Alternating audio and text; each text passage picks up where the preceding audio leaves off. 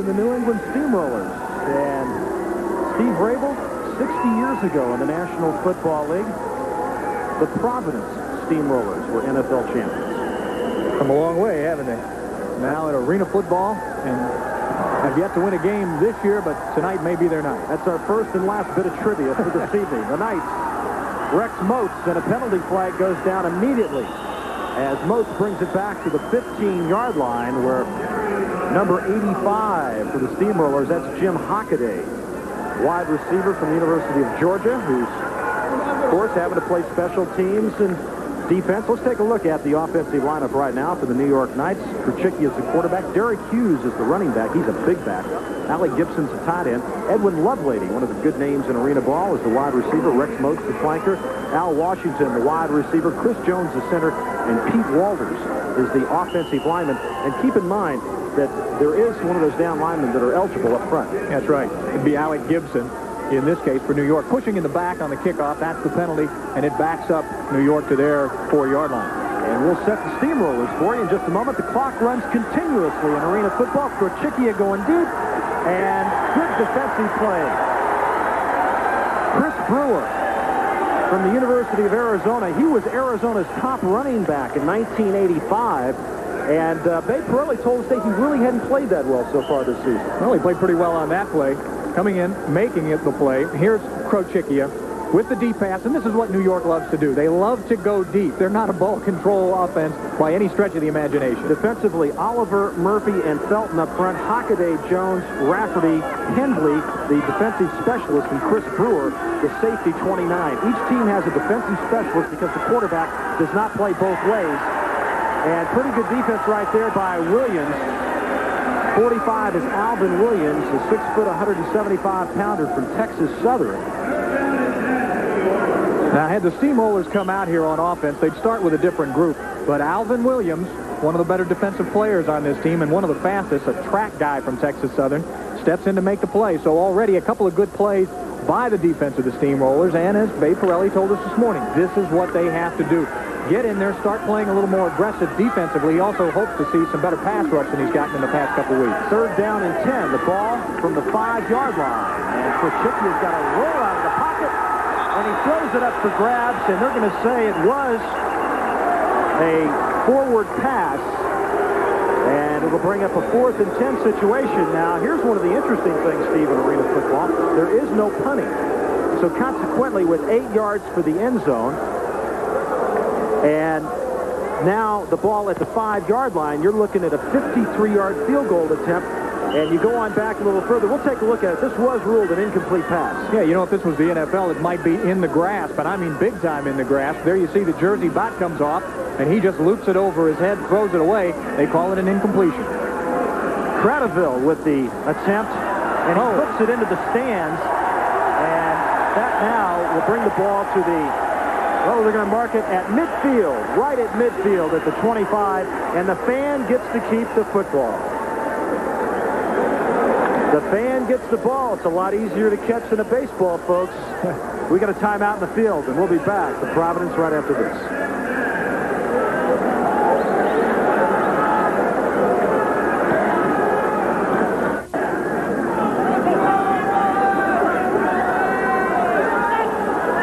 Twaddle, Steve Rabel back with you. Good field position for the Steamrollers. Smith from midfield going deep. Right through the outstretched hands of number 45, Alvin Williams, who just made the good defensive play.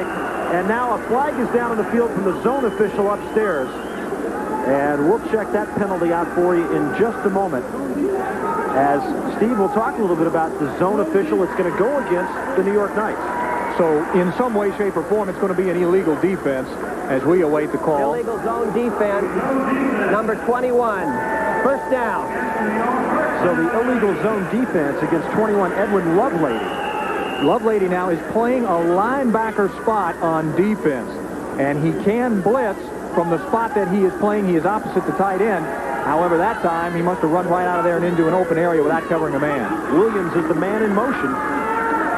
Smith going to the side. What a stick, but even a better catch by Williams. Man coming up for the stick, number 26, Rex Moats from Austin P. And let's set the offense right now for New England. Harold Smith, the quarterback from Texas Southern. Cletus Jones, good running back from Florida State. Jeff Oliver's a tight end. Hockaday's a wide receiver. Brewer's a halfback. Rafferty's a wide receiver. Joe Felton, the center. And Kevin Murphy is the offensive lineman. The offense for Harold Smith, 9 touchdown passes, 6 interceptions so far this year. As he's got it second down now, as Jones is the man in motion, and they'll run it this time. And inside the 10, down to the 6-yard line for the New England Steamrollers, Chris Brewer. 6'2" and 212 from the University of Arizona. And the defense for the New York Knights, Chris Jones and Pete Walters and Alec Gibson up front, Hughes, Lovelady, Gray, Moats, and Al Washington. And keep your eye on Al Washington because he's the leading receiver on that team. He's also the top tackler on that team. He's a fine, fine athlete. He's played just about every position you can play. Maybe he'll be a candidate for our Little Caesars Ironman Award at the end of the game. Perhaps.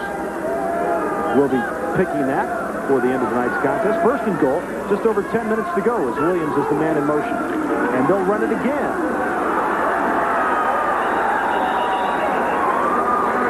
Cletus Jones is a ball carrier. He's big. 6 feet, 240 pounds, and Pirelli said he'd like to run the football a little more tonight. And he's starting out right here, running into his own man. Number 89 is the tight end offensive lineman, Jeff Oliver, out of Boston College. Jeff got the worst of that, I think. But Cletus Jones carries it ahead, and so far, things working according to Babe Pirelli's game plan, who is calling the plays, by the way, tonight. Babe's signaling them in himself. Take a little pressure off Harold Smith. Williams in motion. They'll run it again, and nothing that time for Cletus Jones. I had a host of players there for the New York Knights, led by Alec Gibson, 82, Pete Walters, 66. A lot of these players, Steve, as you take a look at Babe Pirelli calling the plays tonight, a lot of the players in arena football, guys who played replacement games in the NFL last year, a lot of them, like Harold Smith, the quarterback for New England, played in the Canadian Football League. These guys have come from all over. They've got lots of experience. Of course, all of them have played college football and have been around the block a couple times. But this is a new game. This is a little different for them here. Third down and goal. Smith has it deflected, and it was Gibson. And they say it was a forward pass. So they'll bring the ball back to the line of scrimmage. Babe is saying, we had him in the end zone. We just couldn't get him the football. If you guys can block just another step longer.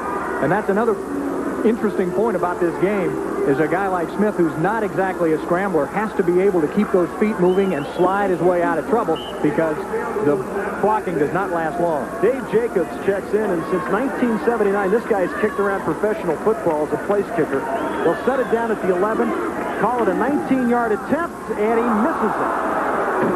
And not by much. Now, Pirelli, was very frank. He said, I lost confidence in him, but we're going to go with him tonight because we need those points. And sure enough, Jacobs was awfully close, but no good, and there's no score in the first quarter. Jim Krochickia, that's a good ratio, Steve. 12 touchdowns, just 2 interceptions. Completed under 50% for nearly 600 yards. He's a fighter, too. He likes to stand in there. He'll take the shots. We saw him in the opening shots of this game with his chin split wide open. A running play, and the Knights don't do that very often at all. Down at the bottom of the pile, as they pull him up, Johnny Shepard was the ball carrier, 5'10" and 185 from Livingston University. The Knights probably run it fewer times than anybody in arena football. Well, and they score. They still put the points on the board, but they throw the ball long. They don't even have much of a control passing game, as we've talked about. They like to go deep. Lovelady is a fine, fine receiver, deep as well as Vince Corbin. Call it a gain of 1. Washington's a man in motion to the near side out of the shotgun formation. And Krochickia breaks free. He just throws it up for grabs. 2 men were down there. Washington, number 20, was one of them. And Ken Sanders, a recent addition to this team from Weber State in Utah, was the other wide receiver. As we've talked about at the top of the program, injuries decimating the wide receiver spot for New York. Pete Rayford on the injured list, as well as Greg Best, one of their better receivers. He's out. And so with that as the case, guys like Ken Sanders, who was down in Orlando but injured, now back up here with the team. And hoping to put some points on the board tonight for New York. Yeah, we haven't really seen the shotgun from any arena team until the New York Knights here tonight. It makes sense. If they're going to throw it all the time, why not just be back there anyway? Not quite ready to get it that time was Al Washington. Ball was thrown just a little bit behind him, but had not turned around and looked for it. And so that's going to bring up another 4th and long situation. And let's see what the New York Knights decide to do this time. Gradeville will come in. He's from the University of San Diego. And they'll place it down 2 yards in the end zone. So with the 50-yard field, 8 yards, that's a 60-yard attempt right now. So in this game, it's as good as a punt, which is basically what it's meant to be. And he hooks it into the stands again. And the New York Knights, who in their first game lost their kicker with an injury and had to go to the bench and try to find someone, as once again, the fans get to keep the footballs that go in the stands. And Jim Valek having a word with his kicker, he says, why don't you try lining it up a little bit to the other side of the field? We'll be back in just a moment. One thing we'll find out for you, folks, if the home team or the visiting team is paying for the footballs, because New York kicked 2 of them out. Smith has got a good field position for New England again, and the attempted pass downfield and the man wide open for the Steamrollers was Jim Rafferty, a stocky wide receiver from Colgate, who caught 7 passes last week. Here, Harold Smith setting strong. He gets hit. You don't see that afterward. Ball's a little bit high.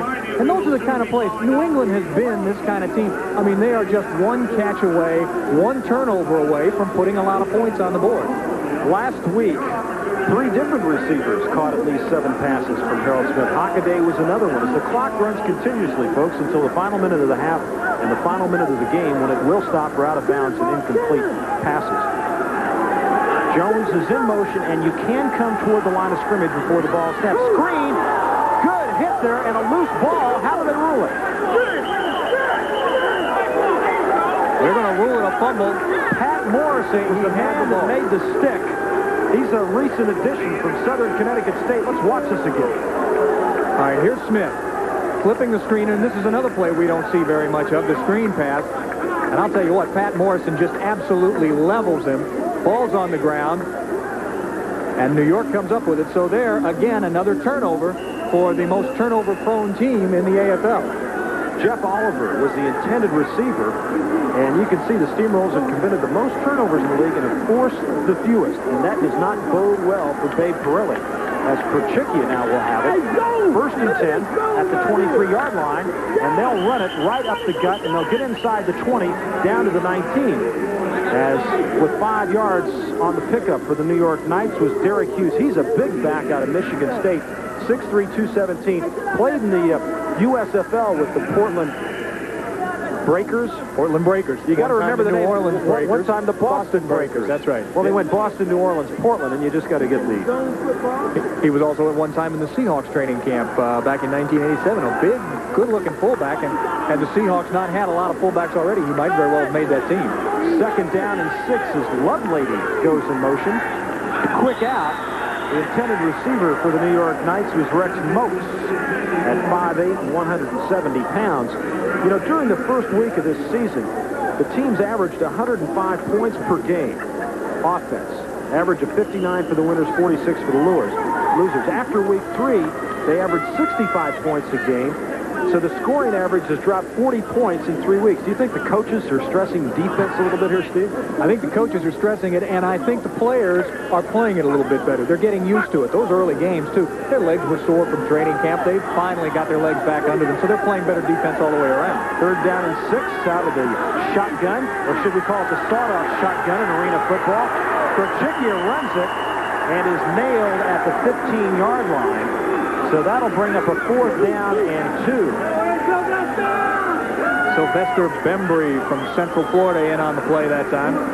6'3", 260. And here's Perchikia.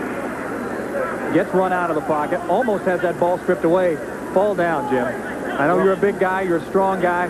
But at that point, all you do is take the chance of getting the ball knocked out of your hands. Get on the ground. Last week, New York scored but 1 touchdown. That came with 1:50 left in the game. We might go the first quarter here of this game without a score. 4th and 2, and New York will go for it. They'll run it. Derek Hughes didn't get it. Didn't get it. Coming up for the New England Steamrollers, 88 Joe Williams, one of the players. Also there, 51 Steve O'Malley. And a timeout by the New York Knights. Jim Valek and his coaching staff looking on. And we'll return to Providence with 2:03 to go in the first. Roger Twyville, Steve Rabel back with you at the Civic Center in Providence, Rhode Island. The New England Steamrollers from their 15, and the flag goes down immediately into the stands. Goes the football. And a young lady in the front row comes up with a grab, and she gets to keep that football. And there's also a flag down on the play, so be happy about that. You get to take that football home with you, and at this rate, we may have to toss it back onto the field. We might set a record tonight for footballs lost into the stands. Well, the flag is down again. The officials now talking to both teams. And let's see. Maybe there's no call. I don't see the ball being moved. Illegal formation. The tight end with an ineligible number did not report. Now, all right. You heard it. Tight end with an ineligible number did not report. Again, one of those two big guys up front. Well, three big guys actually up front. Bembry, 68, or 51. Stephen O'Malley. One of those two guys is the eligible down lineman. And he has to report so that the defense knows how to set their linebacker. He doesn't wear an 80 number. Right, because the linebacker to the side of the tight end cannot blitz. The linebacker away from the tight end, of course, can blitz. Stay with us, folks. We're going to give you these rules as the games go on. First down and 13, less than 1 minute to go. In motion, number 9, Brian Gardner. And he makes the reception. At the 24-yard line, Brian Gardner, well, he had some injuries. They weren't sure what his status was. As the man for the New York Knights coming up to make the tackle, Vince Corville. All right, Harold Smith knowing where he wants to go all the way on this play. Gardner just going down, turning out. Corville in pretty good position to make the play. But Gardner makes a catch. Again, he made 7 catches last week out of Prairie View A&M. Guy by the name of, I'm going to think a wide receiver right now. I'll think of it. I was going to say Otis Taylor, but I think he was a Texas Southern. Harold Smith up for grabs, and a touchdown for the New England Steamrollers. 85 is Jim Hockaday, the leading receiver in arena football. And that comes with no time left in the first quarter. We almost had a shutout. For a moment, I thought we were going to have a scoreless game. You can't play any better defense than this, but you also can't go after the football any better than Jim Hockaday did. Look at him, get the position, jump high for the ball. He's a tall kid anyway, 6'4", 215 pounds, out of the University of Georgia. Started down there for Vince Dooley, and he just came back and made a great catch on the ball. Nothing special about the throw, but another good play by Hockaday. 25 yards in the touchdown pass from Smith to Hockaday. 10th touchdown pass of the year as Jacobs comes on to attempt the point after. And he got it. Look at Jacobs. Thank you. Thank you very much.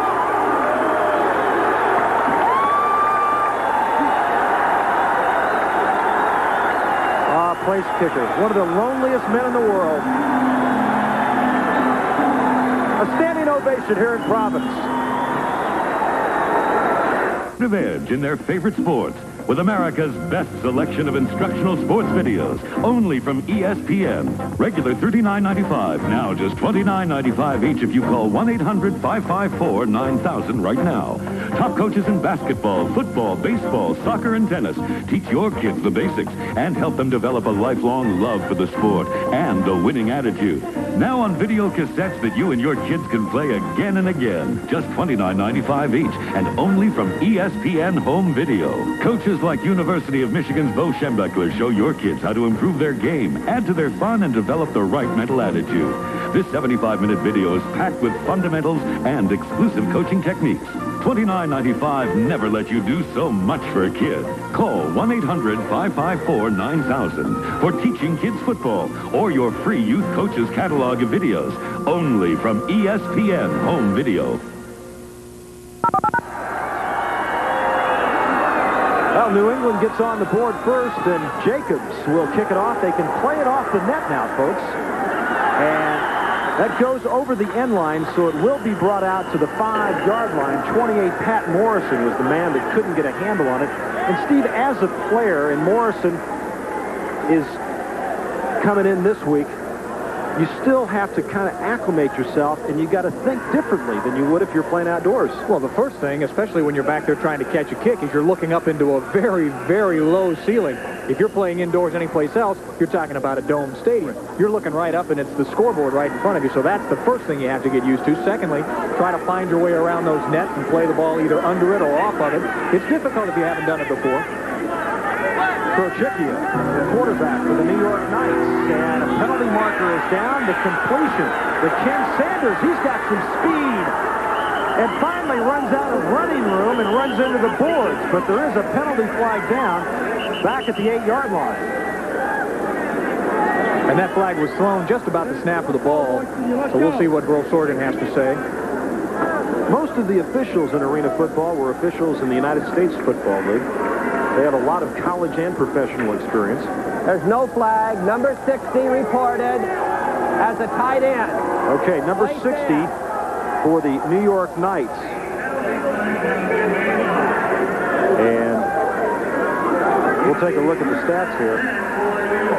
Well, New York didn't complete a pass in that first quarter. Krochickia, not as sharp as we have seen him in the past. We're going to check on number 60 because we don't have, there's a flag that time. Krochickia still on his feet. He's got a man wide open. That's Al Washington. And it's a touchdown, but a penalty marker is down.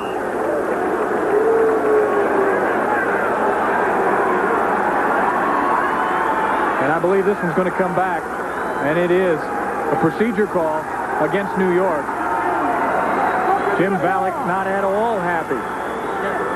Huh? Hey, Rick. It's Shepard? That's right. You're right, Shepard. Yeah, it was the fullback. Yeah, that's right. Come on, get it back. They were trying to figure out who exactly the penalty was called on, and it was called on Johnny Shepard. So here's Krochickia. Now watch this in slow motion. He pumps once. Repeat first down. Gets out of it. How he gets out of there, I have no idea. Throws it, and then he pays for getting out of there. He probably should have stayed on the ground or gone to the ground to save himself. At any rate, he did get the ball away. However, means nothing. It comes back. Procedure call against New York. 60 is Mark Grandy, 6'4" and 290 from the University of Louisville. Off the sawed-off shotgun, Krochickia, and the completion right there to Ken Sanders, but right in his face with the tackle and not letting him get anywhere is Tony Slayton, wide receiver defensive back from Texas A&M, one of them Aggies. 13:25 to go first half, and the New England Steamrollers. You're looking at David Hendley there out of Southern Connecticut, the defensive specialist, just signed by the Steamrollers, in fact. Yeah, they lost Pratt and Bianchini. Right, and again, trying to shore up a defense that has given away a lot of points this year on big plays. Washington is the man in motion. 2nd down and 9. And Krochickia is nailed from behind. He loses the football, but one of the New York Knights comes up with it. Number 98 for the Steamrollers, Joe Felton. Going to go the other way, it looks like. Or is it not? Now, the New York Knights were on the football, but they're going to turn it over and give it to the New England Steamrollers. I think what they say is that Kevin Murphy actually came out of the bottom of the pile with it. Krochickia pump fake again. They just cannot get any kind of protection for Krochickia. He's going to have to go to the short passes. At any rate, it looked like New York fell on it, but 54, Kevin Murphy, the nose tackle. The nose tackle hits the football, hits the ground, and comes up with the football. And New England wants a timeout. There's a little confusion getting players onto the field. There's Murphy. He's 6'3" and 260 from Boston University, a local lad from Beantown. Best pass rusher on this team, according to Babe Pirelli, as well, and he just proved it that time.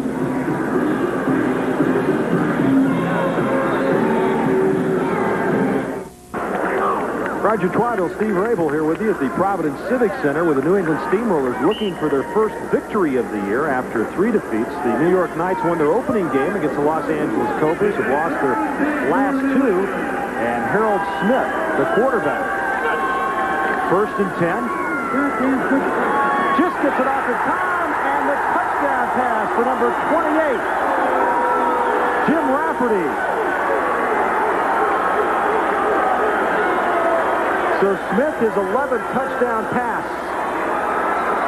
of the season, 16 yards to Rafferty. And Rafferty is lined up to the left of your screen. You can't see him yet, but he'll come all the way across the field. And you could see, after the play, we could see here a couple of the defensive backs for New York pointing fingers at each other, saying, I thought you had him. No, I thought you had him.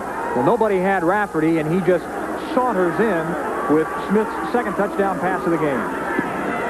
And the point after, I'll tell you, Jacobs has got his confidence now. Boy, and the crowd loves it here. From Colgate, and New England with a 14-0 lead.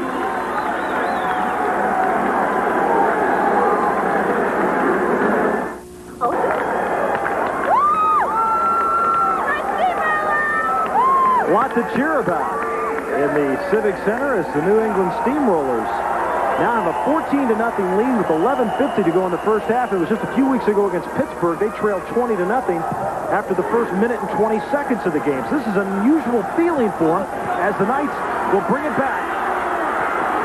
Pretty good run right there by Pat Morrison, man from Southern Connecticut State, that was just added to the New York Knights roster, and a fight on the field. Brandy, number 60 for the New York Knights, and 88, Joe Williams, and more a little dance than I think an actual fight. You'll see a lot of that. Actually, it's one of the great chances for these guys to get a break, get a rest. They probably got the directive from the league that came down today that said that fighting will not be tolerated and fines up to $500. And when you're on a set wage here, $1,000 a game, you don't want to lose half of it for a fight. Yeah, we're not talking NFL wages here. We're talking these guys play because they like to play. They get a couple of chances here maybe to show some folks what they can do. Knights last week lost 30-7, lowest scoring game ever, and of course the fewest points by one team ever in arena football. As Morrison goes in motion, Krochickia, who's had lots of pressure on him, is grabbed again and brought down. And the first man in there for the Steamrollers was Joe Williams, number 88, and also Steve O'Malley. O'Malley's that 6'3", 250-pounder, play right over the nose, and I tell you, Perilli loves him. Hey, this kid was a team captain and All-American at Northern Illinois when he played there. He was on the Broncos injured list for a couple of seasons, so he had a chance to work with some awfully good defensive football players and learn the game. And that time he's just waiting for his chance for Krochickia to get flushed out of the pocket, and he did the rest. Bembry is over the center. Another good rush. Krochickia, though, got a man deep. The intended receiver downfield was Sanders, and they have looked at him many times tonight, the recent addition from Weber State. Krochickia is having so much trouble getting enough time to throw, yet the offense of New York is geared around that deep pass. Something's going to have to change at some point. Either Krochickia is going to have to get that ball off quicker and go to the short passing game, if they in fact have one in the game plan. They're only down 14 points. They can score 14 points in 35 seconds in this game of arena football, but they've got to get back to some sort of control game here because they don't give him enough chance to drop back, set for 2 or 3 seconds, and wait to throw. 3rd down and 14 from the 10. Out of the pocket, going deep. Sanders is down there, can't quite get it. He had him. Sanders made a cardinal mistake for a wide receiver then. He saw the quarterback out of the pocket. He stopped running momentarily. Consequently, the pass just overthrown. You know, you're in a difficult position when you're that far downfield. You don't know if you should come back to your quarterback and help him out or if you should just keep going. There's Krochickia's throw, and I mean, it's a deep one. Sanders had eased up a little bit. There it just sails over his head. May have been a catch.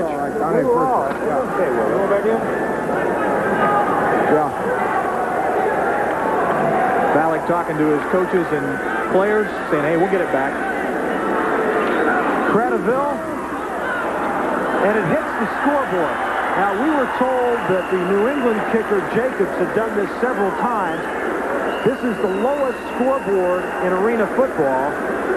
And are they going to leave it right there in midfield? And they'll bring it right down from the spot that it hit high in the scoreboard, so it comes down just about the 24-yard line. Well, there's just another thing that you usually don't see in football that you've seen now here in arena football. That's right.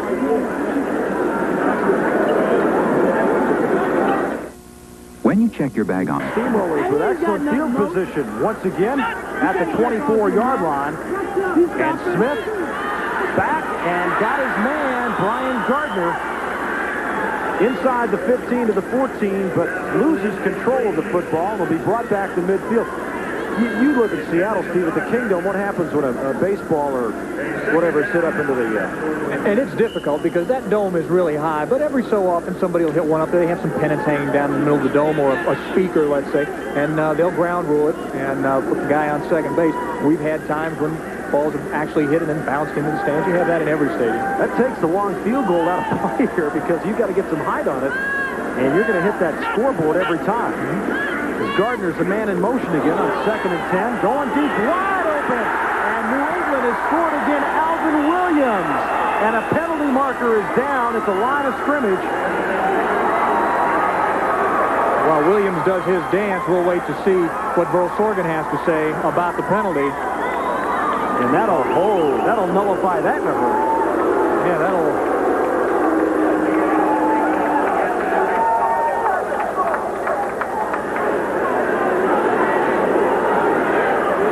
Here goes Smith dropping back.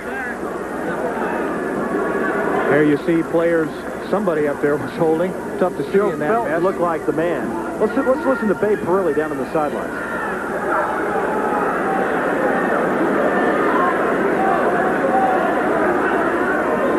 Well, Babe's not real talkative right now because his team's got a 14-point lead. I think he's afraid to jinx it. Babe's a man of very few words. That's right. So the ball will be placed at the 18.5-yard line. And it will be 2nd down and 15 for the New England Steamrollers with 8:14 to go in the first half.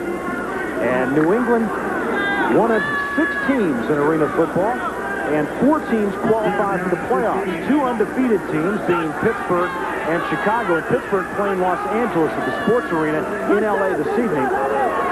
Smith coming near sideline, and the pass is dropped there by Jim Hockaday, the wide receiver from one of them Bulldogs from the University of Georgia, one of your favorite schools. Yeah, we didn't like those Bulldogs very much when I was down at Georgia Tech, and you don't see Hockaday do this very much. As we said at the top of the program, leading the way in arena football with receptions. Had his eyes on it, had his hands there, just couldn't bring in the catch. Look at that stat. 25 receptions that accounted for 53% of the New England yards this season.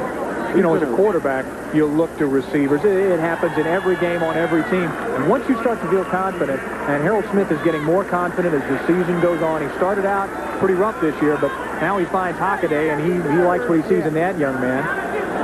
The penalty has been called against New York. And we'll move it across midfield to the 23-yard line. We haven't had a call on it.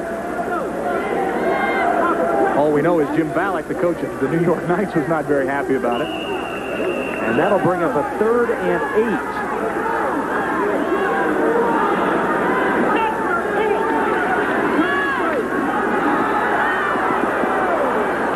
Pass is nearly intercepted. The New York Knights, Vince Corville, who was better known as a wide receiver when he played for the Houston Gamblers, one of that great group of receivers that Jim Kelly had down there, made some very, very good defensive play, but good pressure that time on Harold Smith by the New York Knights.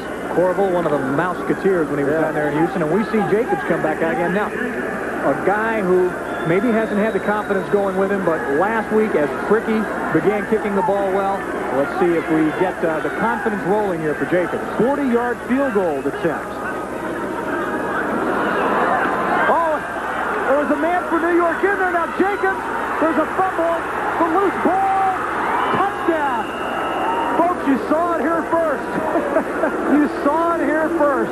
Well, let's credit Johnny Shepard with the touchdown first. Jacobs saw it was going to be blocked, and he says, Smith, you take it. I don't want anything to do with it. Look at this. Now watch Smith. He's concentrating because it's a low snap. He has to bobble it. Jacobs gets out of the way. Somebody lets their man straight through the middle. Was the man. Now Jacobs is going to make the tackle. Gibson wants to pitch it back because he doesn't want to run the ball. He does, but he fumbles it. Johnny Shepard is the one that's there trying to pick it up. And notice you don't see many Steamroller players except one guy who lost his shoe was running back there trying to chase. Yes, friends, this will make our funny reel next week. Unbelievable. Arena football. Well, turnovers has killed New England. 14-6, Cradaville to attempt the point after, and he makes it. So, an unusual turn of events here as Jacobs brimming with confidence after making a couple of extra points. But keep in mind, sometimes the kickers will have as many as 4 different snappers. Sometimes the holder as many as 4 different snappers. You got to like the concentration by Smith. I mean, he never once took his eyes off that ball. He didn't know the guy was coming. Jacobs bailed out on him.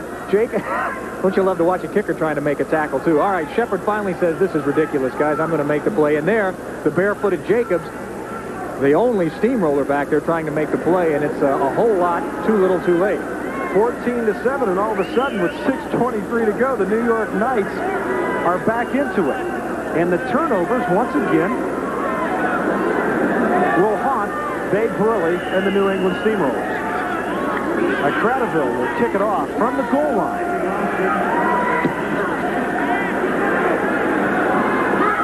And New England, David Henley, the defensive specialist, is dragged down at the 17-yard line. The man on the tackle there was Edwin Lovelady, and next week we'll be in Pittsburgh with the unbeaten Gladiators, led by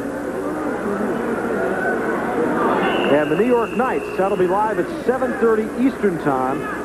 As I was mentioning, Mike Hohensee leads the Pittsburgh Gladiators. 15 touchdown passes, no interceptions after 3 games, and they're playing the Los Angeles Cobras this evening. Boy, Pittsburgh looks pretty tough, too. They've got some great defensive players on that team and a fine quarterback in Hohensee. They're going to be tough to beat this year.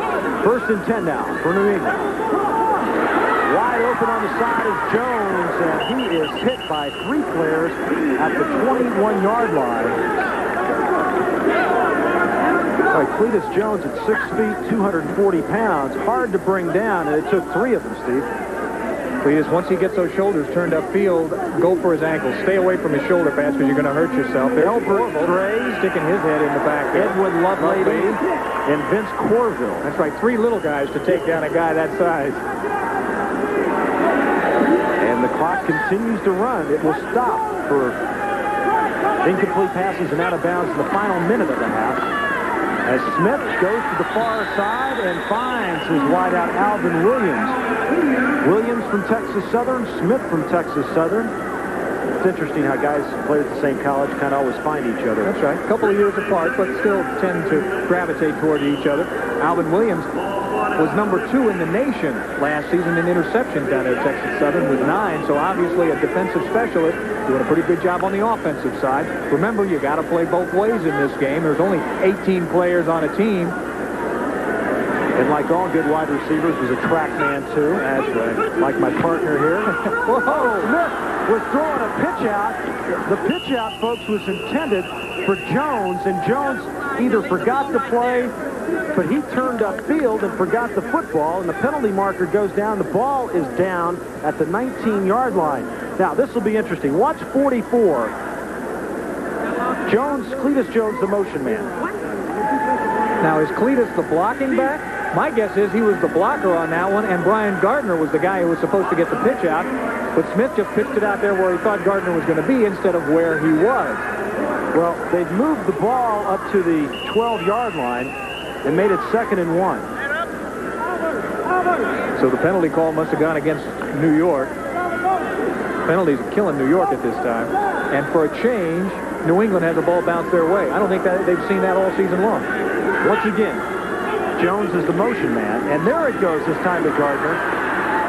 And he is pulled down and into the boards. 21, Edwin Lovelady makes a tackle. And I'll tell you what the Steamrollers are trying to do. They're trying to get their big guy, Cletus Jones, their big fullback, out there leading the way. for this man, Gardner, who will have to go one-on-one on the only guy that's unblocked. That man is Edwin Lovelady, playing linebacker, but a little guy, 5'9", 180 pounds. If Gardner can beat Lovelady one-on-one, and that's the kind of matchup you're looking for, that's the one you expect to break, then New England maybe saunters in for 6. 14-7. First and 10. Ball at the 10-yard line.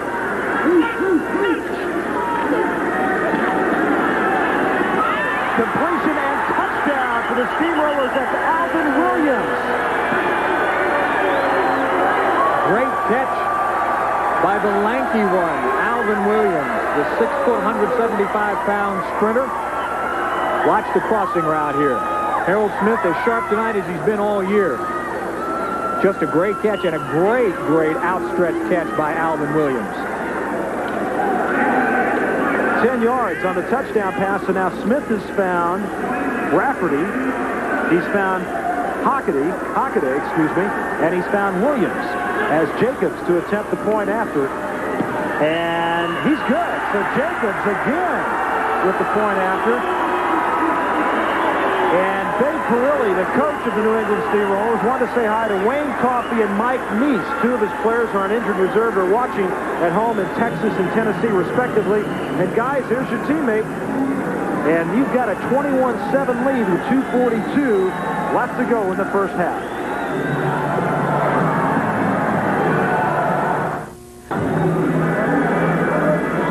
Babe Perilli, the head coach of the New England Steamrollers, was in the public relations business in Denver when he got a call and said, hey, we need a coach. Two-time All-American under Bear Bryant of Kentucky in 50 and 51, a native of the state of Pennsylvania, and then second leading passer in Patriot history behind Steve Grogan.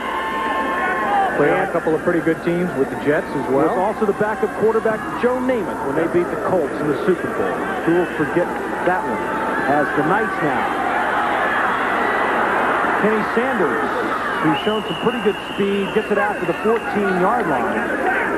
2:31 left to go. First half. This may be the best thing the New York Knights have done all night, and that is return kicks. With Sanders back there, perhaps a pair of fresh legs, now that he's healthy.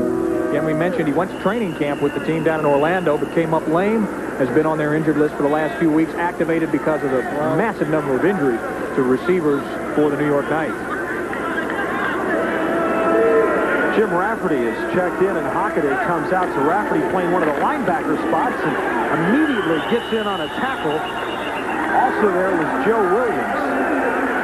As the New York Knights go with the running play, Derek Hughes, the ball carrier. Oliver also there, 89. Try not to get it back all at once. Try to establish something, get out from underneath their own goalposts. Now they're out there approaching midfield. Midfield being the 25-yard line in arena football. Joe Williams played for Eddie Robinson at Grambling. As we come down to 145 out of the shotgun, the motion man is Pat Morrison. Penalty marker is down. Krochikia intercepted. Alvin Williams. And he dives for the sideline. I'll tell you, he got down in a hurry, didn't he? He was looking for that green stuff. Well, he was afraid that somebody was going to drive him into the wall if he didn't get down on the ground ahead of time. Now let's check out the penalty flag. Earl Sorgan's talking to the New York players, but I think he's saying it's against you guys, so don't worry about it. But let's see. Excuse me. Number 60 on the offense did not report. Penalty is declined. That's the second time that's happened to the New York Knights. And those are just stupid mental mistakes there. I mean, that's exactly what he's got to report because he's an eligible receiver, but he's not wearing an 80 number. That's exactly what Valek was saying, Coach Valek on the New York sideline. And Harold Smith just gets more confidence as this game goes on. Now 1:29 left to go. The clock starts. It will stop on out-of-bounds, incomplete passes inside the 1-minute mark. 21-7 New England. They're looking for their first victory of the year. And Harold Smith's had 3 touchdown passes tonight. He's got 12 on the season. Smith, plenty of time again. And incomplete, and that could have been interference. That could have been interference. Al Washington was the cover man. Well, you have to consider what the official also looks for is the ball catchable. Just because legs tangle up down there, the rule of football now is if the ball is catchable, and that must be the thought on the minds of the officials. So we've got 1 minute left to go in the first half, and the officials will tell everyone that as of right now, out of bounds, incomplete passes, the clock will stop, and of course, the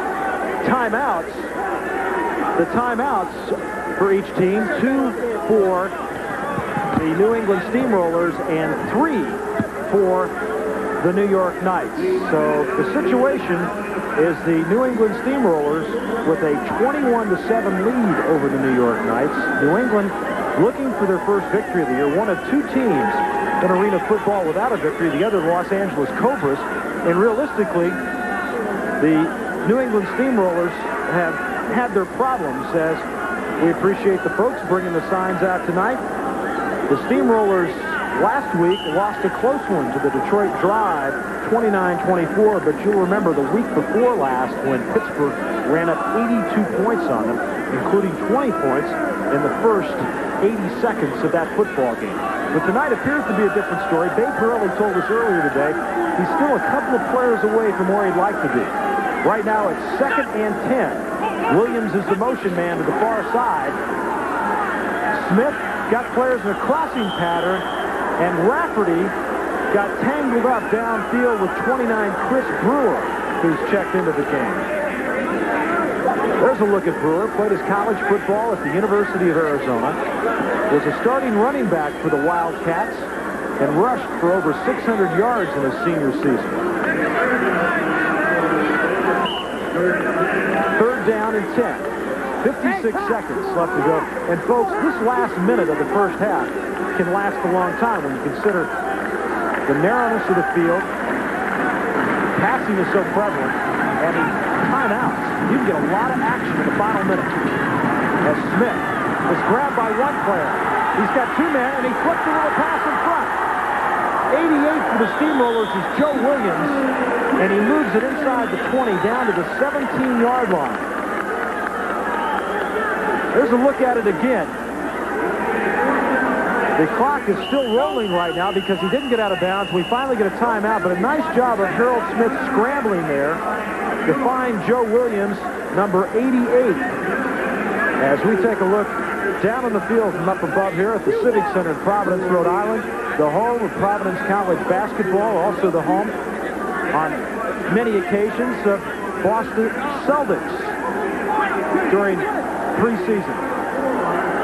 So the Celtics do play some preseason games here, as we're going to take a look at Chicago-Detroit highlights right now. This game from last night, and this at Detroit, where another great crowd of over 15,000 at Joe Louis Arena, and Chicago decided to run the football. This is 32 Billy Stone.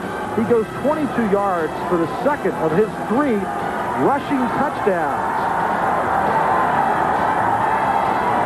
So Chicago got out to the early lead, but James Brown here with a 6-yard touchdown run for Detroit gives the Drive a very short-lived 15-14 lead. That in quarter number 3. Chicago's got one of the best QBs in arena ball, Ben Bennett. He finds 92 Jeff Faulkner, 31 yards in the TD, the catch and run as we come back live. The field goal attempt off the net. The Steamrollers take it in for the parent score, but they didn't get, there's a penalty marker down. There's a penalty marker down, and the officials are conferring right now. So anyway, the game last night, Chicago beat Detroit. Chicago now 4-0, Detroit 2-2, and Chicago, one of the 2 unbeaten teams in arena football. Earl Sorgen's going to bring the football out to the 8-yard line, and here's what happened.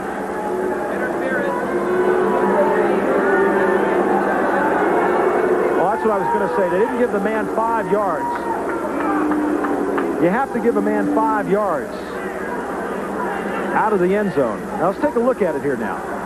The field goal attempt right from midfield, so call it 32 yards off the net, and never had 5 yards. Krachickia with 26 seconds to go. Penalty marker down, and wide open is number 20, Al Washington.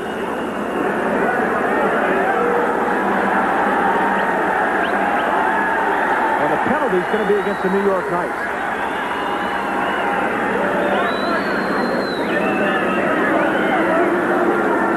Well, as I said, folks, with timeouts, with out of bounds, stopping the clock, with incomplete passes, stopping the clock, and with officials making penalty calls, the last minute can last a while. And once again, number 60 caught on the illegal formation. So the New York Knights and Mark Grandy having some problems getting adjusted to arena football, as Grandy has been called several times for not reporting, and that time for an illegal formation. Still first down, 13 yards to go, 20 seconds left to go in the half, and the Knights trail 21-7.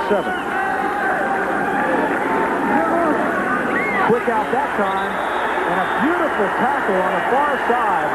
Number 45 for the New England Steamrollers, Alvin Williams, comes up and makes the hit as the clock runs, and the New York Knights want a timeout. So New York not really with their thinking caps on tonight. They've made a lot of mental mistakes.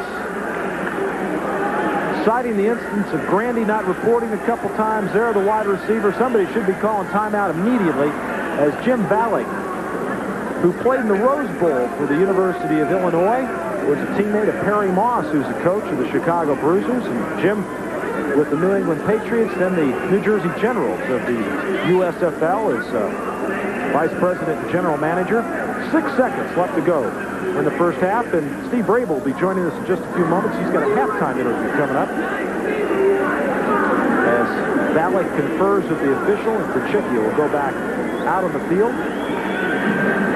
Mentioned that next week we'll be seeing the New York Knights again. They'll be at Civic Arena in Pittsburgh, Pennsylvania, to take on the Pittsburgh Gladiators. Mike Hohensy's off to a great start, and of course Pittsburgh playing Los Angeles tonight in L.A. Now let's see if this goes off the net. Let's see what he does on this play, the final play of the first half. He is going to throw it deep and try to get it off the net, and he just overthrows everyone. And that will end the first half of play here at the Civic Center in Providence, Rhode Island, where Harold Smith has just done a tremendous job with touchdown passes to Williams, Rafferty, and Hockaday. And his team with a 21-7 lead over the New York Knights. And if it's not a fumbled field goal attempt, New York doesn't score at all. We're at halftime, and we'll be back with more from Providence as New England leads New York 21-7. New England Steamrollers lead the New York Knights 21-7 at halftime as the Steamrollers look for their first victory of the 88 Arena football season. And this was a play that happened a little bit earlier as David Jacobs with Harold Smith on the hold. And Jacobs, who'd been struggling kicking all year, the barefooted style. And hey, folks, he finally got one through, and Jacobs has made 3 extra points. And let's go down to Steve Brable. All right, this is David Jacobs, number 3 for New England. David, you've been kicking the ball well tonight. You've had some problems maybe a little early in the year, but what does this crowd do to pump you up being at home? Well, it's unbelievable. This is the best situation I've ever been in as a ball player. They're really behind me. Last week, we had 6 attempts, and 4 of them hit the uprights, and today we had 1 field goal hit the uprights. So I feel real good about the whole situation. It's starting to come together. Our team's playing very well. So we hope to have victory tonight. Basically, for the team, you just need some confidence, I guess. Bounces have not been going your way this season. Yeah, that's the truth. We're a new team in the league. We feel that once we get it together, we've got great athletes, and we think we're going to, win a lot of games here. As far as the kicking, we got our snaps down, our holds down. Now all I got to do is put it through, and tonight it's working out real well, and hopefully, we'll continue success. Now, if anybody in this league kicks drop kicks, it's Dave Jacobs. If anybody can be successful, it's you. Are we going to see some drop kicks tonight? Well, I hope so. Coach Prilly and myself, we talked about it. If we get in a situation where we need the 4 points for the field goal, or we need 2 points for the extra point, we're definitely going to do it because we've been working on it, and hopefully it'll go through the 9-foot goalpost. All right, you've stayed sort of in the neighborhood here. A Syracuse man, orange man, a little bit lucky here, gets to continue on wearing the orange jersey. Yeah, Syracuse had a great year, as everybody knows, 11-0. and Dick McPherson did a great job, and he's going to do a great job next year and the years to come. I feel real fortunate to be still in football here. I'm 30 years old and have had an opportunity to come and play here for Bay Perilli, and I just want to play for a long time, and I feel real confident that I can. All right, David, you can make everybody at home happy. Our switchboard is lighting up. They want to see a drop kick. Good luck in this Time at the Civic Center in Providence, Rhode Island, where the New England Steamrollers, looking for their first victory of the 1988 season, lead the New York Knights 21-7 here at halftime. The story in the first half has been the fact that Harold Smith has thrown 3 touchdown passes to 3 different receivers, and the New York Knights, as they did a week ago, really not able to do anything offensively, even though they have their starting quarterback, Jim Crocicchia, back. As a matter of fact, the only touchdown for the New York Knights on this night, a field goal attempt by the New England Steamrollers. Bad snap. Smith can't get a handle. Jacob sees that it's going to be blocked, and it's picked up right there by number 82 of the New York Knights, Alec Gibson. The ball is bobbled around, and Shepard finally picks it up, and Jacobs can't make the tackle, but he throws a little drop karate sort of kick at him. It doesn't help, but that is the only score for the New York Knights. Meanwhile, Harold Smith of the New England Steamrollers, right before the end of the first half, finds Williams, 45. Great catch, and then the leap into the end zone, and a 21-7 lead. And the New York Knights with a lot of mental mistakes, and Jim Crocicchia not playing last week, having the injury, really having a dismal first half. On this play, a penalty down. He throws his 3rd interception of the year, the first of the night, and it's returned by that man, Alvin Williams. And consequently, at halftime, the New England Steamrollers have a 21-7 lead over the New York Knights, and we'll be back with more of halftime from Providence. Halftime is wrapping up here in Providence. The score 21-7. The Steamrollers on top of the New York Knights, and one happy coach, Babe Pirelli of the Steamrollers. You got to be happy with the way things are going for your team right now. Well, it's a rare occasion, Steve, that we're ahead at the halftime, but we're enjoying it. But believe me, in arena football, you can't relax. You've been able to control turnovers tonight, which is something that has plagued you in the past. You've also gotten some great consistent play out of Harold Smith tonight. Harold has thrown well. I think a few occasions we had our protection break down. However, all in all, it's been pretty good. Happy with the defense up to this point? Defense is playing excellent. All right, Babe, we'll let you get back. Good luck in the second half. Thank you, Steve. The New England Steamrollers have not won a game this season. At this point, however, at 21-7, they are looking pretty good. Roger? Okay, thank you very much, Steve. And Vito Babe Pirelli, who has done just about everything in football, from playing through coaching, now in arena football as head coach of the New England Steamrollers. And take a look at the statistics here at halftime. New York 3 out of 13 on pass completions. New England 9 of 19. See the touchdowns. Passing yards just 25 for the New York Knights, 92 for New England. Penalty yards 6 for 27, 3 for 13. Field goals 0 for 3 for both teams, and turnovers 2 apiece. And the stat that I mentioned earlier about the offense decreasing, boy, is really evident so far here tonight. 105 points per game after the first week, 65 points per game after week 3. That's a drop of 40 points. So defense is really taken over as Jim Ballack, the head coach for the New York Knights, gathering his troops. All right, remember, those ones, let's get down there and cover. Let's cover it, everybody together. Let's go. Let's get after it. Let's get that ball right now. All right. Win, man, win. All right. On three, on three. 1, 2, 3, win. Let's go, baby, let's go.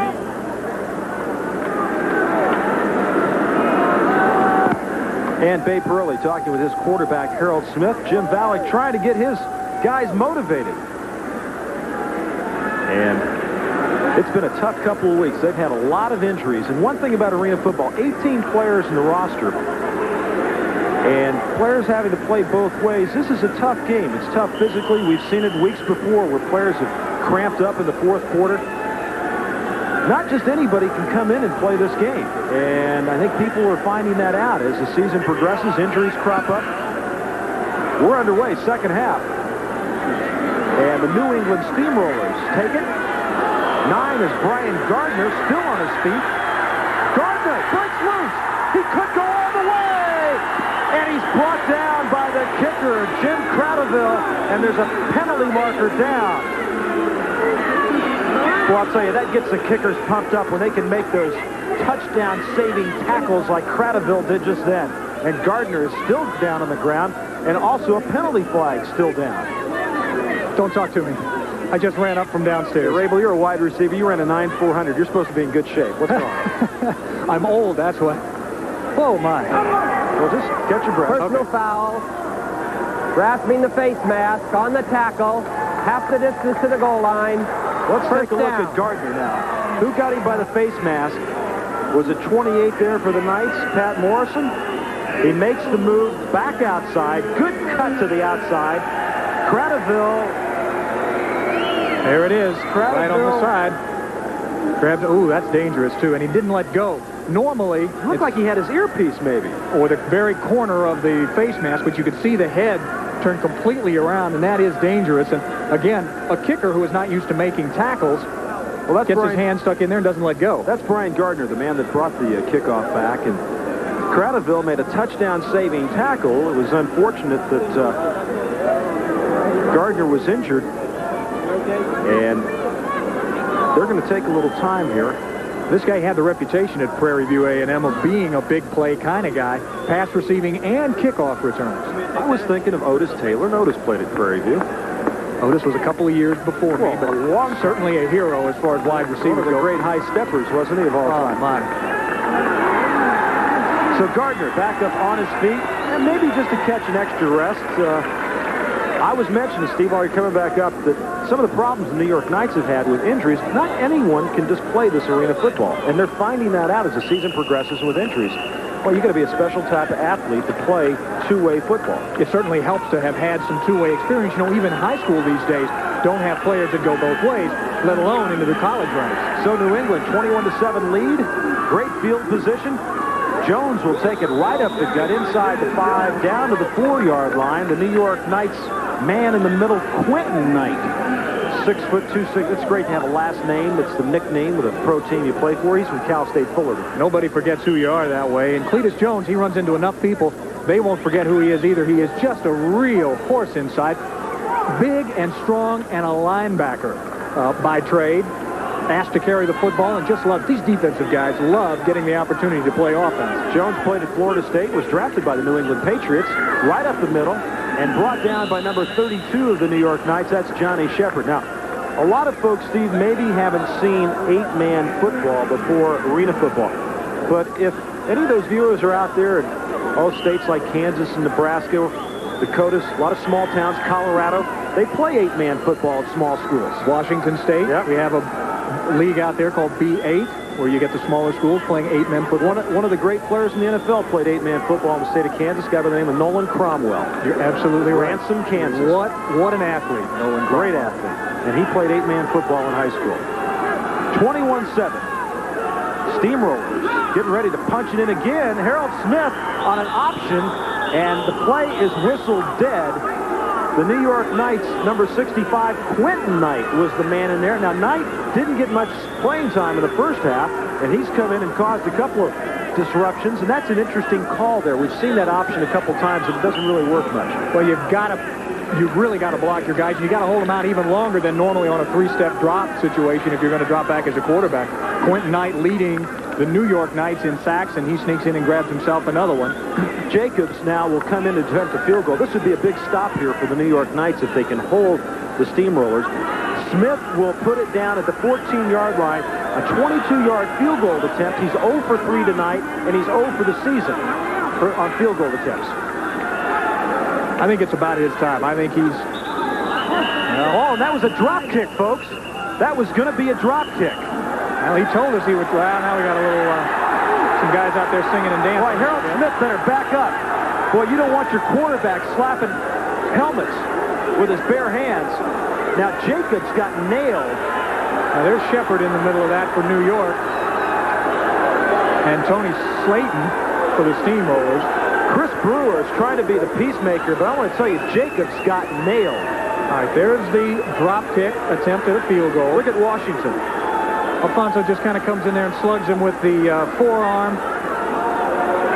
Well, he got him right in the throat. He just came in, he stuck his elbow up, and he got him right in the throat. I think maybe Jacobs wasn't expecting it, although I think maybe he helped his cause a little bit by hitting the ground Well, quickly. it's going to be offsides on the New York Knights, which is another silly penalty, and they've had several of them this evening.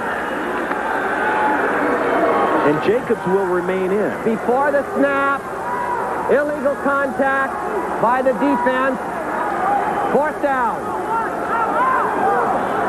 Dave Jacobs, as we told you a little earlier, an All-American from Syracuse, and let's see if once again he's going to try the old drop kick routine. The drop kick will come in a direct snap to Jacobs from center, and he'll do it from the side winding angle. Now the ball will be placed at the 11 if a conventional field goal is tried, and that's what they're going to try, and he missed it.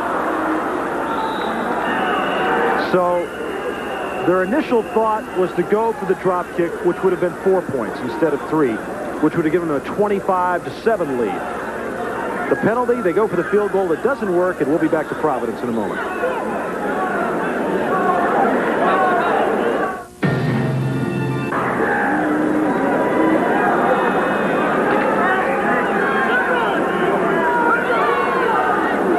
Roger Twaggle, Steve Rabel here with you at the Civic Center in Providence, Rhode Island. The New York Knights have been in a hole all night. And Krochickia with the short drop and the pass and a big completion. That time, something a little bit different. Rather than going for the deep route, they went for the short one, and Pat Morrison with a nice catch and then a nice run. I wonder if Jim Valek heard me right before the half. Probably not. Still in all, a good play. Turn around. The guys are going to be playing a little bit deeper for New England. They don't want to get beat deep and give up the big play. So let Pat Morrison, a 6'3", 195-pounder out of Southern Connecticut State, make the catch, turn upfield, break a couple of tackles, pick up some good yardage. So Krochickia trying to get things going here in the second half. His team trails 21-7. And once again, going the short route. And that's 28 Pat Morrison from Southern Connecticut State. He's across midfield to the 23-yard line. Now, Krochickia, an economics major at Penn, wants to work on Wall Street someday. Well, actually, you know, he was doing some work on Wall Street before the bid came along to take a shot at arena football. What about you guys? I mean, you can't get it out of your system, can you? I bet you somebody came and made you an offer, Rabel, you'd come back and play. No. Huh? When you do, Roger. Oh, yeah. When you put back that 35, 40 pounds. That's ancient history. Yeah. Washington dancing around. Short out, and boy, I'll tell you what. Sanders had it right there. This is a little bit better. This makes the defense play a little bit more honest. And that time, that pass was right in the numbers to Sanders, and he dropped it. Kenny Sanders going to walk back to the huddle, and he knows he should have had the ball. Saying, hey, sorry, man. What can I tell you? Krochickia, though, did have some smoke on that. He threw that one on a line. I'm sure Jim Valek in the locker room at halftime telling him, let's throw no more of those floaters. Let's keep it out of the stands, and let's put it in our receiver's hands. 3rd down and 5. Krochickia, and there's another pass drop. And that time Washington was the intended receiver. And Alfonso has been a sure-handed receiver much of the season, and he's upset with himself. Again, a 1st down. All you got to do is go down and get the sticks and make the turn. I know you never dropped many passes, but what do you tell the quarterback when, like Krochickia, when he puts it right in your numbers here when you come back to the huddle? Well, you know, the quarterback is probably the most understanding person on the field because he knows that in the first half he overthrew you a half a dozen times or underthrew you or hung you out to dry and got your lungs taken away from your ribcage. So he understands that you're not going to make every single play. You just got to forget it, come back and do it again. 4th and 5, and they'll go for it. With the clock running and less than 9 minutes to go in the 3rd. There again, another pass drop. And even though the defensive man for the New England Steamrollers, number 29, Chris Brewer, was right there, that ball should have been caught. Well, the last 2 passes should have been caught. And Krochickia, there you can see he's cheerleading. He's telling his team, forget about it, guys. But Al Washington couldn't get the last drop off his mind, and that one he dropped as well. So after the big kickoff return by the New England Steamrollers and a good job defensively by the Knights, they get it to midfield but can't move it any further. And the Steamrollers will have it in good field position when we return. Some guys, they have it all. Some guys are just too big. Some guys, they have a ball. Some guys get left out in the rain. Don't wait for something good to happen. Make it happen with the clean, masculine scent of English leather cologne. Some guys have what others want. Some guys have it all. English leather. Some guys have it all. Back at the Civic Center in Providence, Rhode Island, the Steamrollers with a 21-7 lead and ball in good field position at the 23-yard line. Here's We have 8 minutes and 40 seconds left to go. Third quarter. And Harold Smith, the quarterback, short drop, short pass, and the completion to Alvin Williams at the 21-yard line for the New York Knights. Rex Moats makes the tackle. You know, Steve, we started this at the beginning of the year, and we've seen, well, Pittsburgh score over 80 points. Last week we had 115 points scored in the game. We said, gee, there'll never be a low-scoring game. And last week, New York scored but 7, and here we are in the third quarter, and they've scored but 7 this week. And early on, it was turnovers. Now they're playing a little bit better defense, I think, is the reason why they can't put any points up right now. Smith, the intended receiver, Hockaday, who is not really, other than the touchdown catch, not been that involved, but Smith really likes to spread the wealth around. Well, and again, Hockaday just taking his eyes off the ball. And we're early, midway through the third quarter here. These guys have just come back out from a halftime break. They shouldn't be too terribly tired at this point, so you can't blame fatigue on a couple of these drops. When you throw the ball as much as these teams do in arena football, I guess you tend to get a little lazy once in a while on a catch. Third down and 5. Hockaday is split to the near side.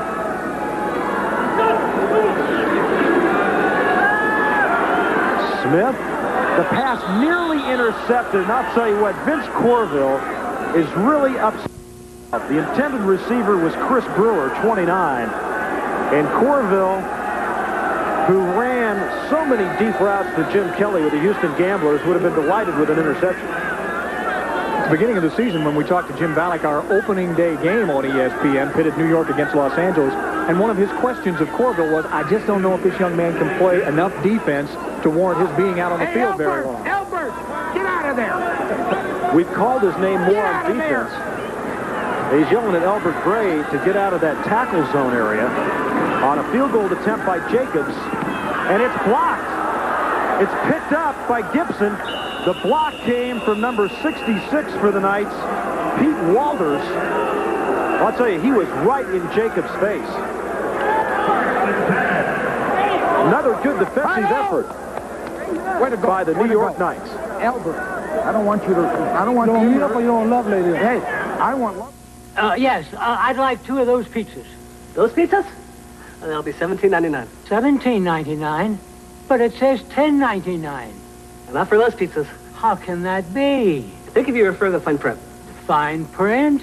Not vendor responsible. May I help you? Who are you? I'd like to introduce our corporate attorney. He's here on a regular basis. No, I'm not surprised. At Little Caesars, you always get 2 great pizzas for 1 low price. Pizza. Only at Little Caesars. We're taking a look at the owners of the New England Steamrollers. Bob Andreoli on the left and Frank Russo on the right. And we are back to action here now on the New York Knights after another good defensive stand against the New England Steamrollers. Have good field position.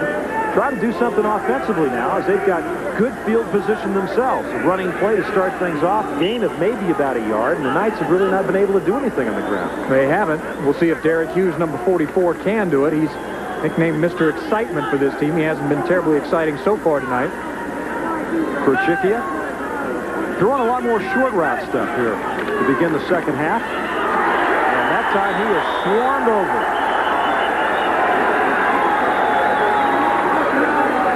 The first man to get him as they peel the players off is number 85 for the Steamrollers. That's Jim Hockaday, one of the guys in there. Steve O'Malley was in there as well. And again, one of the things Babe Pirelli said they needed this game was a better pass rush, especially out of the outside guys, the defensive ends.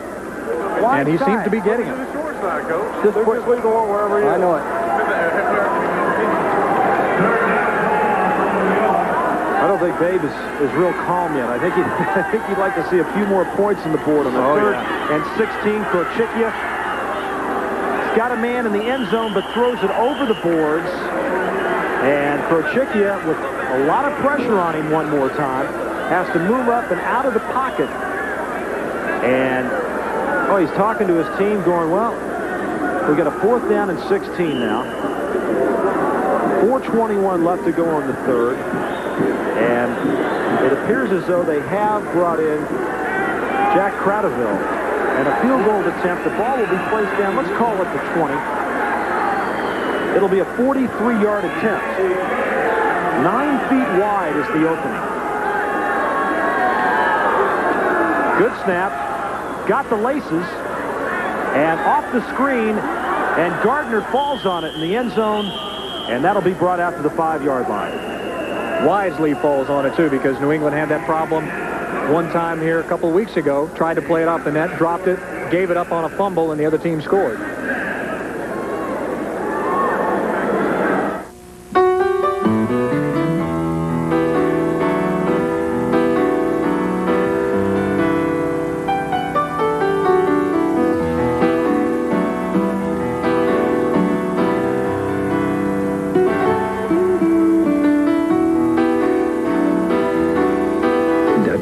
Satin finish has the look that gets the looks. You can see why it's worth more.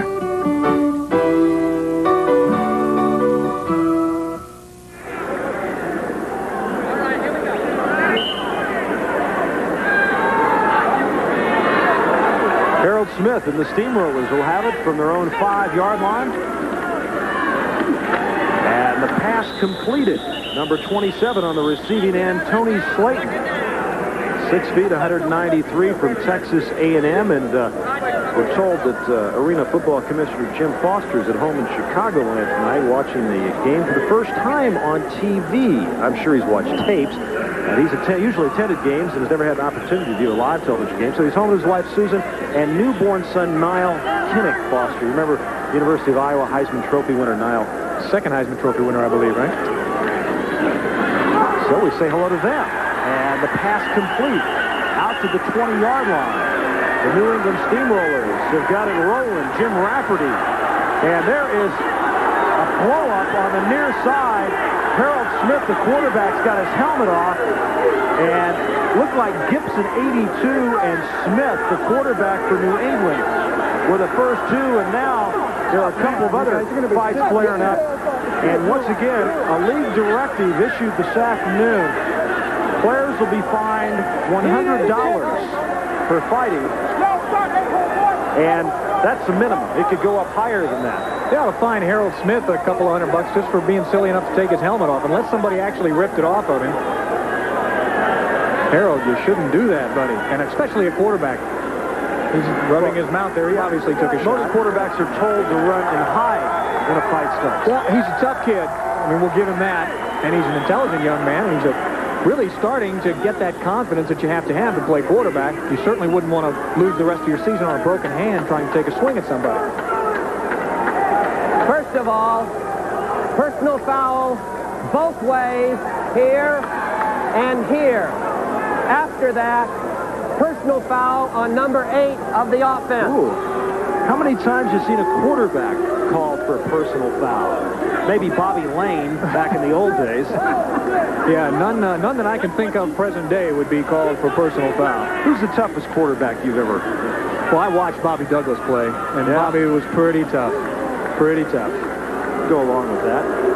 He wouldn't back down from anybody. He was bigger than most everybody. That's right. You know, Jimmy Zorn, for the number of years he played with the Seahawks, and the way he scrambled out and ran around back there and set himself up to take shots, he was a pretty tough kid, too. Probably pound for pound, you'd have to say Francis Tarkenton. Well, the amount of running that he did, and never really a serious injury.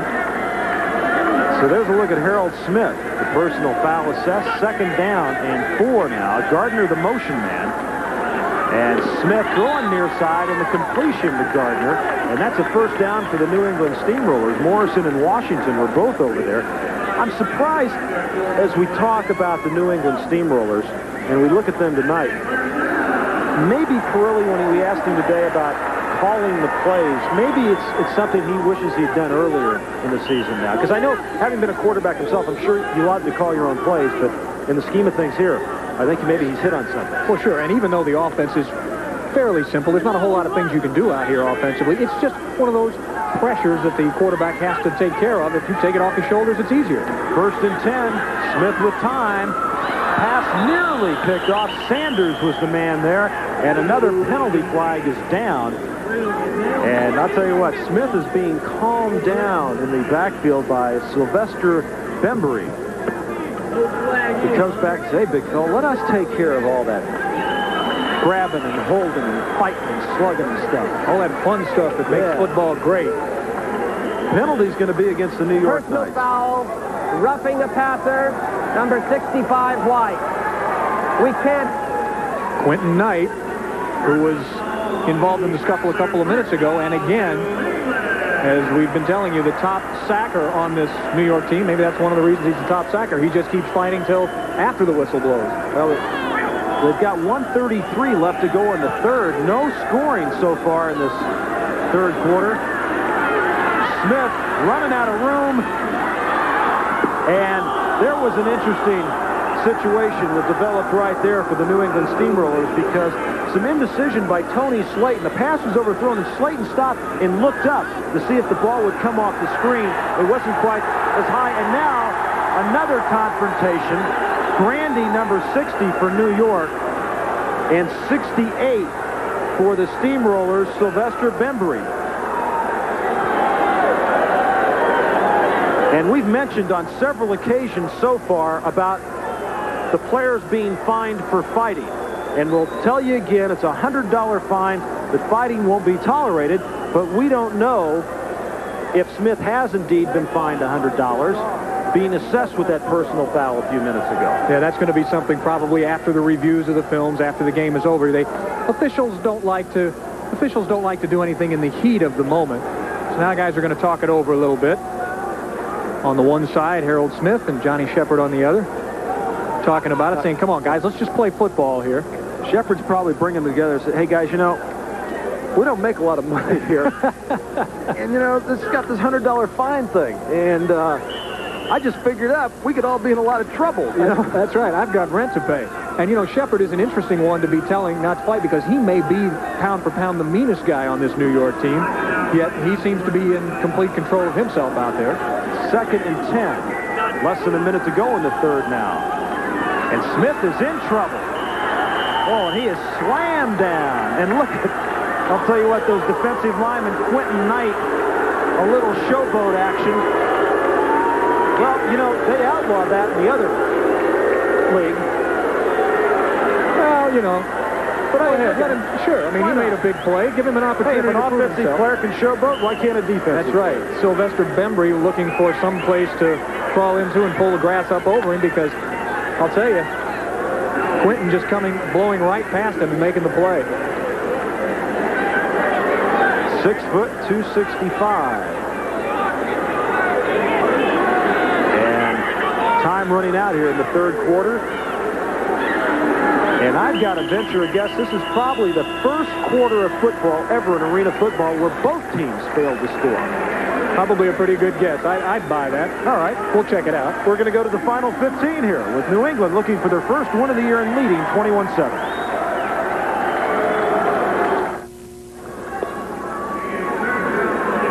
Roger Twibell, Steve Rabel back with you. The Providence Civic Center, final 15 minutes. And remember, the clock stops the final minute of this final quarter of action here in arena football. Harold Smith back to throw, and the pass was momentarily caught and then knocked loose. Number 26 for the New York Knights. The man right there was Rex Moats.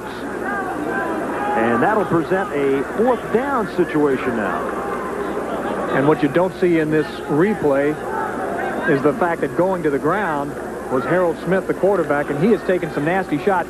When we were away during commercial break, over on the sideline, Babe Pirelli talking to his quarterback and telling him, look, Harold, be smart. We cannot afford to lose you by getting involved in fights. Keep your cool, and we're going to win this football game. But you got to keep your cool and continue to make these plays. Jacobs now will attempt a 53-yard field goal. And he kicks the ball awfully high, so that scoreboard might be a problem for him. No, it's not a problem. And it goes through the end zone underneath the nets. That'll be brought out to the 5-yard line. That's a good job. That's a job well done. There is no punting in arena football. And I hope we get to see Jacobs try a drop kick on an extra point or a field goal tonight, because I think that's one of the really neat things about this league is those nets up there which can be utilized, and of course the drop kick, which adds 2 points for an extra point, 4 points. And next week we'll be in Pittsburgh on a Friday night. The New York Knights and the Pittsburgh Gladiators. Gladiators playing the LA Cobras this evening. That's coming up 7:30 Eastern Time next Friday night here on ESPN. 21-7. Krzyzewski going deep. He's got a man down there, and it's going to be a touchdown. New York Knights, Vince Corville. And I had mentioned a while ago we had talked about him on defense a number of times, but hadn't talked about him on offense. Which is really strange for a former Mouseketeer, one of Mouse Davis's little wide receivers, worked with Jim Kelly and the Houston Gamblers down in the USFL. Perchikia back in his own end zone. Now looking here for all the world like, hey guys, you can't stop me.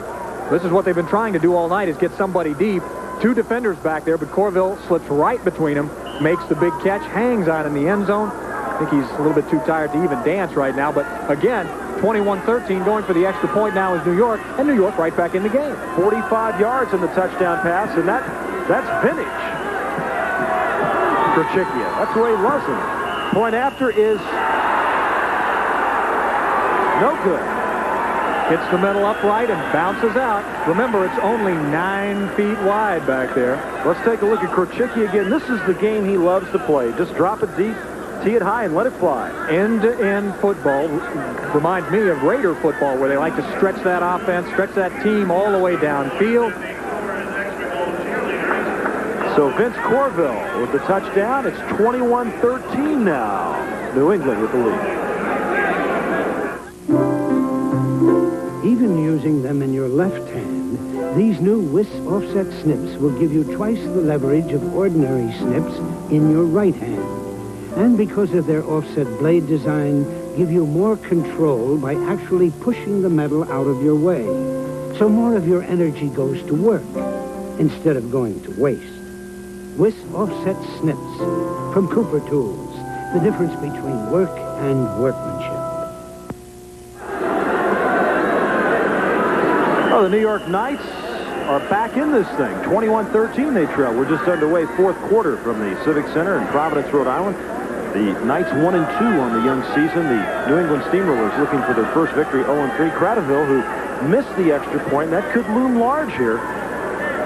We'll kick it off from the goal line. And that was through the beams in the ceiling here at the Civic Center, folks. Gardner is thrown down from behind. New York Knights, Derek Hughes down, but I got to tell you, there are these steel beams in the ceiling of the Civic Center here in Providence, Rhode Island, and Cradaville kicked them through. There you go. That's where he kicked it, folks. You can see those beams right there above the 10-yard line. That's where the ball went. Just to give you folks an idea, we're higher than the beams, so that should give you some idea where we are right now. We are way upstairs. Harold Smith and the Steamrollers. Gardner's in motion. Smith with a lot of time, and there's Hockaday. And just thrown behind him.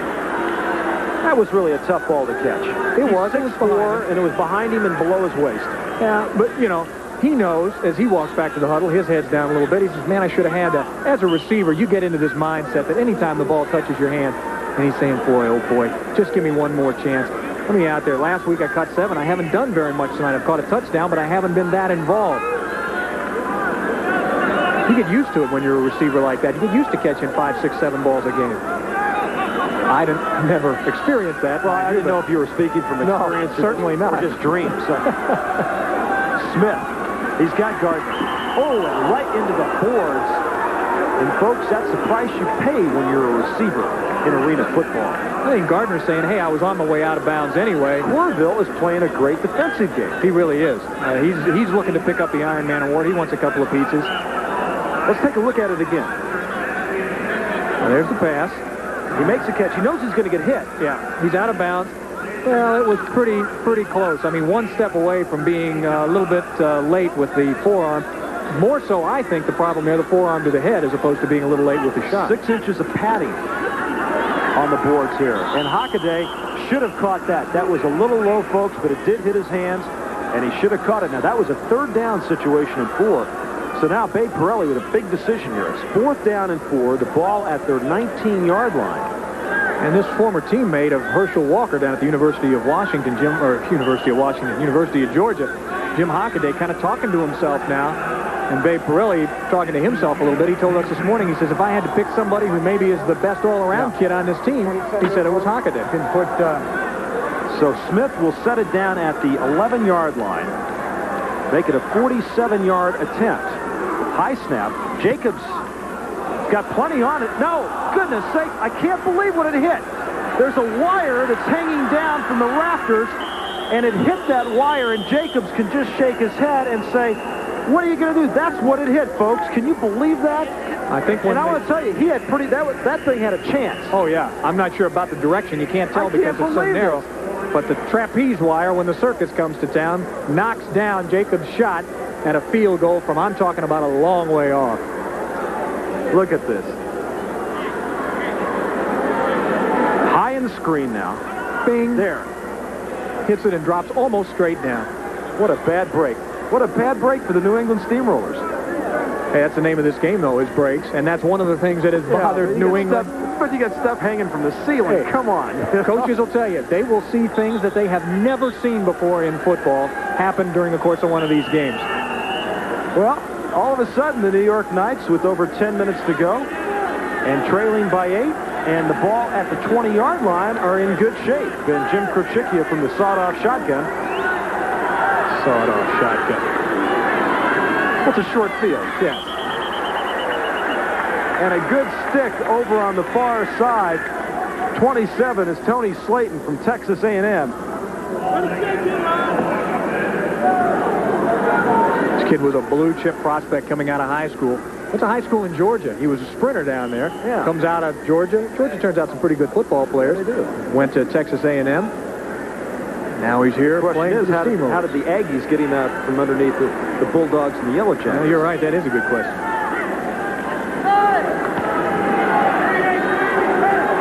Second down and 7. Pump fake. Krochickia then throws it deep. Well, he gave Washington the pump fake, and then Washington didn't do anything with it. Just stayed there, and Krochickia went ahead and threw it away.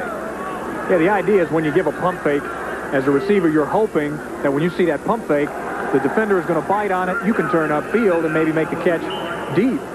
No such luck that time for Krochickia because Al Washington just sort of stopped right there. Interesting story about Al Washington. He leaves Los Angeles, the city of Los Angeles, where he's the city player of the year as a quarterback, goes to Oklahoma, becomes a defensive back. Disenchanted there, comes back to USC, plays out his time as a wide receiver, and he's now in the Arena Football League playing receiver and defensive back. No one has done much with third down conversions as Krochickia's got one here at 3rd and 7. Penalty marker goes down, and he is sandwiched. And I mean sandwiched. Well, let's just read him off for you. Joe Williams, 88. Jeff Oliver, 89. And Kevin Murphy, 54, the 3 guys, but there was a penalty flag thrown down, and it's going to be against the New York Knights. They're going to decline that one because Krochickia is scrambling around for dear life back there. It has been a rough evening for Krochickia, the 4th sack on the night for the Steamrollers. Let's move it. Come on. You call him. You go get him. All right, it's your chance. Do it right. Come on. Jim Valek talking to his place kicker, Cradaville, telling him, please, just get the ball off. Try to kick it deep. Don't worry about trying to get through the uprights. Just get us out of our own end here. And this is going to be 2 yards deep into the end zone, so this is going to be 60 yards on the attempt. Now, remember, he's already hit the scoreboard here. Jacobs hit a wire that's hanging down, and, oh, that got through, and there's going to be a return, and a good return. Chris Brewer back to midfield, so the Steamrollers in good shape. Let's call it the 24-yard line. And we've got a timeout in the field with 7:47 left to go in this game, and New England leading by 8.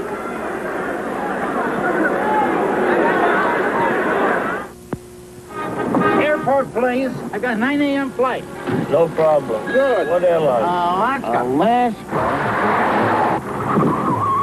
First time Alaska? Yes, it is. But airline never take off on time. First time Alaska. When Alaska Airlines says a flight will leave at 9 a.m., we do our best to make sure it does. I tell you, they never leave on time. So usually the only time you'll have to wait for a plane is when you miss one. What's the world coming to?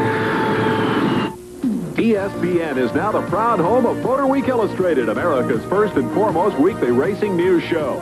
Keep pace with the racing action on television's fastest half hour. If it goes fast, catch it on Motor Week Illustrated.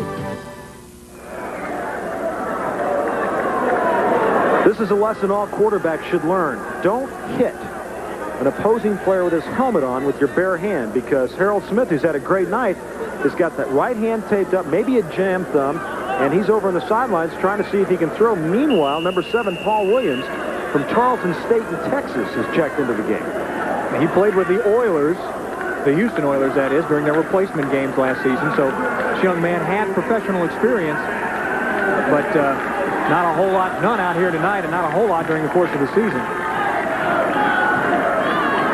Good, smart play there, but his running back, number 44, Cletus Jones, cannot hold on to the football. And, boy, that would have been a nice gain. Good call for the first play. Excellent call. A lot of quarterbacks coming in have to warm up, have to start them. Remember, this guy's been standing on the sidelines helping send the plays in. Little flip pass, and Cletus just can't hang on to it, and he pays for it anyway. That's the problem in football. If you're going to get nailed, you might as well hang on to the pass. Elbert Gray was the man that lay the lick on him. 6:53 left to go in this game. Quarterback once again is Paul Williams. And Alvin Williams in motion, and he is offsides. And the New England Steamrollers now, late in the game, whether it's mental fatigue or whatever, a lot of mistakes starting to happen. You know, there's an old saying that you have to learn how to win football games. And I think that's the position New England is in right now. They've finally gotten a few breaks going their way. They've been losing up to this point, but they know that they've got the talent and the ability to win in this league. And it's just a matter of getting over that hump. Everybody concentrating on every play. And I got to tell you, Babe Pirelli's got his 2 owners like about 6 feet down from where he is in the coaching box. So he knows how important it is to win this game tonight. You bet. They're 0-3 in a low-scoring game here at the Civic Center in Providence, Rhode Island. A lot of play action that time. There's beautiful defensive play by the New York Knights. Elbert Gray, as for a moment it appeared as though Tony Slayton was going to grab that in the end zone. We haven't called Elbert's number too much tonight. Number 40 in the white there, New York. He's their defensive specialist. And as the ball comes deep, it looks like Slayton's foot catch. Look, he kind of tries to reach back, dive back for the ball, but Gray is in perfect position to smack the ball away. Now, a field goal attempt, and Harold Smith's going to come in to hold. They'll put the ball down at the 16-yard line. Okay? Now, Jacobs might drop kick it. He might just go for 3.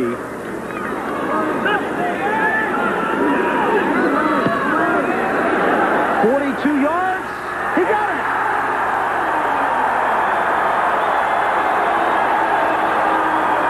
Boy, what a big field goal for David Jacobs as he takes his bows. His first field goal of the season. And they love it here at the Civic Center. Standing ovation for David Jacobs. They remember him. He kicked for the New England Patriots at one point in time. It's a TV. It's a remote. Yes, justice is served as Jacobs kicks it off, because that one field goal attempt hit that wire hanging down, and he gets a second one in, and finally the teammates come up and push number 28 for the Knights. That's Pat Morrison back into the end zone. They go, hey, pal, you're not going anywhere. Sometimes you feel like you can do it all by yourself, and Morrison that time not really aware of the on-rushing special team members. Hey, for New England.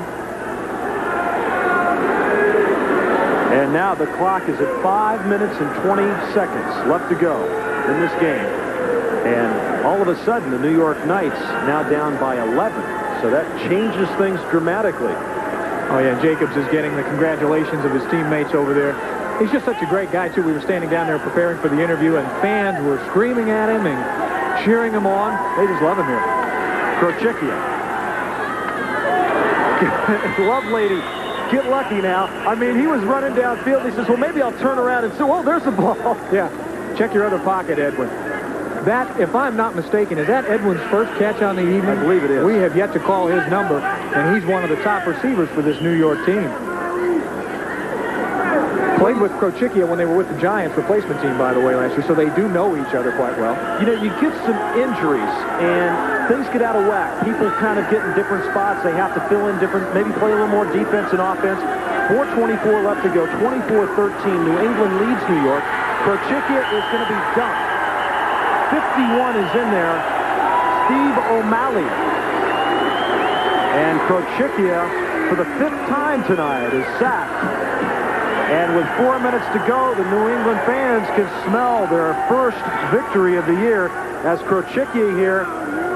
Well, I think it's good work by the defensive backs because he's got some time. He really does. You can always credit, or in many cases credit, a sack to the secondary if they can tighten up on that defense. And remember, too, New York has some receivers in there who have not played a game yet this year. They've lost 3 receivers already due to injuries this year. Stan Hunter goes out with a punctured lung. Greg Best, a separated shoulder. Pete Rayford, a fractured shoulder. So guys who New York have been counting on early in the year are no longer there. 2nd and 17. Krochickia, Lovelady.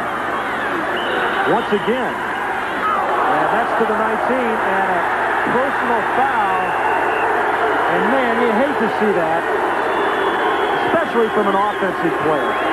That will drive a coach absolutely nuts. And Chris Brewer saying, hey, I'll take a shot like that. This is one of the problems with two-way football because you remember who got you on the other side. Yep. You're incensed. Yep. Flag goes down, kind of saying in your face, and Chris Brewer just stands there wisely, doesn't do anything. And so now a fine reception and completion by New York is going to be nullified. See, Lovelady might have laid a good lick on Brewer, gotten him with a little cheap shot at some point in time, or vice versa. And now all of a sudden, you know, Lovelady makes the reception. Brewer's there. He sees him. Just loses his head. But another stupid mistake by the New York Knights. Number 21 offense. 8 yards. Still 2nd down. So the folks here really hanging tough with this team going 0-3. But into it tonight. And we've got about 6,000 on hand here at the Civic Center. This seats about 11,800 for arena football. And 2nd down. We're told now 7,000 the official attendance. Penalty markers down all over and an incomplete pass.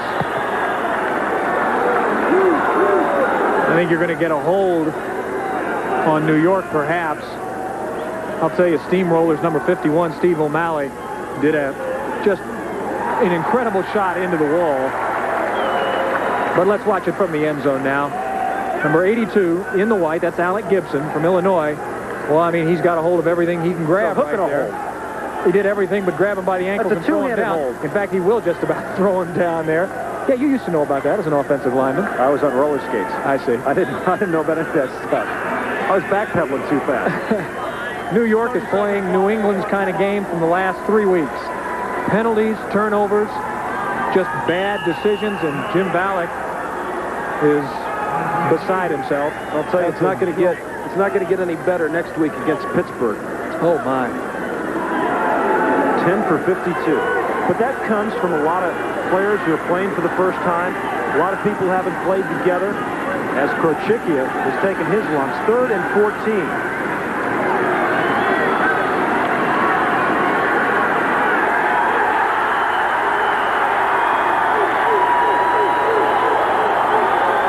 Sack for the New England Steamrollers.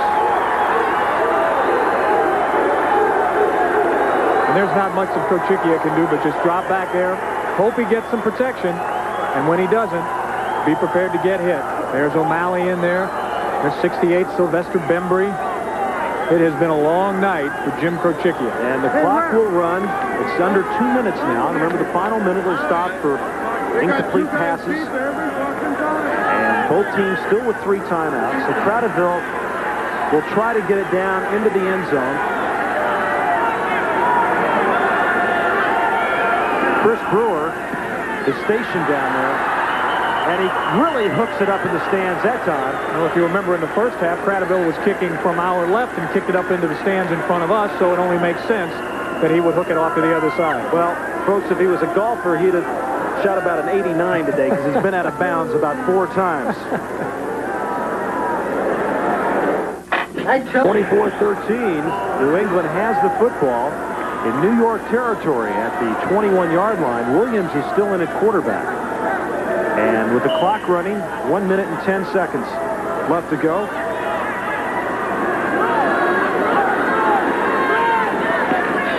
Gardner, penalty marker is down as we reach the 1 minute mark, so the clock's going to stop there anyway. Paul Williams, incidentally, continues as the Steamrollers quarterback as he heads to the sidelines to talk things over with Babe Perilli. Timeout on the field, 24-13, New England with the lead.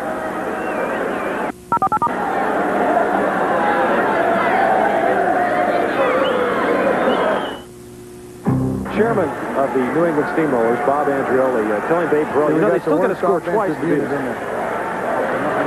No, but they're the best defense, so we're going to try to sit on them. Sometimes I don't think coaches are paid enough, you know? I mean, not only they have to hear it from the fans and everything else, but the guy that signs their check is down there saying, well, you know, maybe we ought to do this, and he's a football guy going, well, you know, they're the best defense that we've run up against. So we want to just try to control the ball here, run the clock out as best we can. Again, our number one quarterback is on the sideline. That's what Babe Perilli is saying. Now, each team with 3 timeouts. We're going to run the ball, but see, each team with 3 timeouts, and in the final minute, as you take a look at Harold Smith, there were 3 touchdown passes on the night, but a sore right hand after being assessed a personal foul earlier. The clock will stop on out of bounds and incomplete passes. You know, maybe with his performance tonight, Harold Smith should be our Iron Man just for getting in the fight, although he doesn't play both ways, so he can't get the award. I don't see many quarterbacks who are willing to step in there and slug people. 2nd down and 15. And they'll run it. Cletus Jones.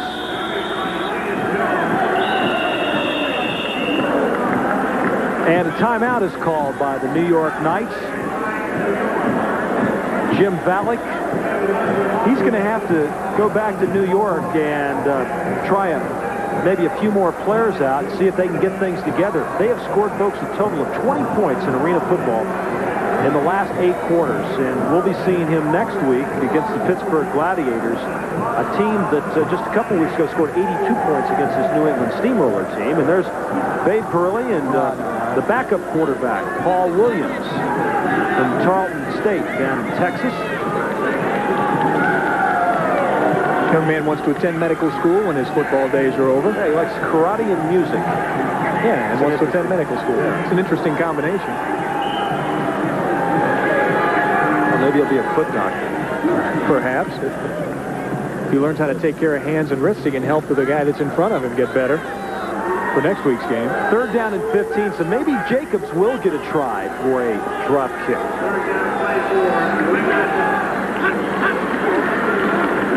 Williams will put it up. He's got Gardner. It's not enough for the 1st down, though, but it gets Jacobs close to try to do whatever he would like to do. And another timeout is called by the New York Knights. Hey, I want Rafferty. Is Rafferty in there? Okay, the center. Stop kick. You know what? No. Field goal. Get the field goal. Come on, Harold. And Dave told us today that we definitely see a drop kick. Well, we did see one. It was, they had a penalty on it, remember? Yeah, Jacobs that wasn't really one. Yeah, that's not what I wanted to see. Well, he told us, too, at halftime, I hope I get a chance at a drop kick. And he asked the coach. There you go with the scoring. 6 points for the TD, 4 points for a field goal by the drop kick, 3 points by the field goal by placement, 2 points safety, point after touchdown by run, pass, or drop kick, and then 1 point for the point after. Now, it's 24-13. All right, 3 points will make it 27-13, and 2 touchdowns with extra points will tie it. A drop kick would put the pressure on the other team. Well, let's see if Jacobs can bring the house down. If he can put this one through the 9-foot uprights. 30-yard attempts. No good. Now it can be fielded. Corville has it. Corville breaks loose. Corville still on his feet. Jacobs is back there. He could go all the way. Jacobs makes a tackle.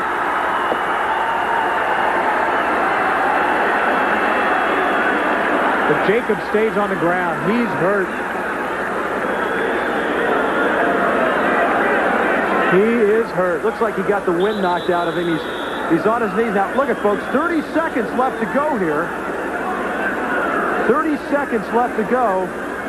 And here's a look at it. Now, the kick by Jacobs. Not that far off when you consider it's only a 9 foot wide. Now it's in play. Corville takes it. Now, tell me these guys from the Steamrollers aren't maybe a little bit tired. Some good blocks in there, but a couple of guys just kind of take it easy. Smith, no chance. The quarterback trying to make the tackle. And here goes Corville. One guy to beat, the kicker, who's only got one shoe on, no less. Look at him dive, make the play, and then everybody comes crashing into him. His teammate, number 68 for the Steamrollers, Sylvester Bembry, that came flying in on top of him. Look at it, go Sylvester. Now, we've got a situation here where New York has it on the 1 yard line. It's 24-13, 30 seconds left to go. They've got a couple of timeouts left.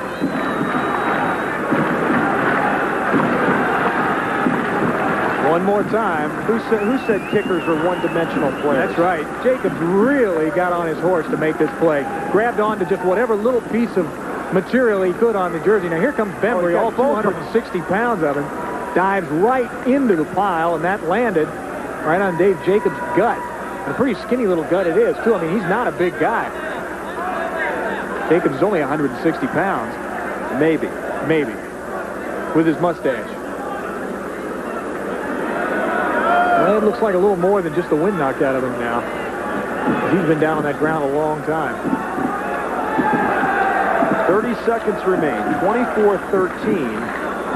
And, folks, in arena football, there's plenty of time. And Jacobs being attended to. And we'll take a look at Corville. And Jacobs will make the tackle, but then he'll pull Corville on top of himself when Bembry comes in. And there you got two guys on top of you. Boy. And, you know, kickers don't wear all the pads that you guys wear. No, they're little tiny shoulder pads. Sometimes not even any thigh pads or knee pads because they want to have all that flexibility that they can to kick.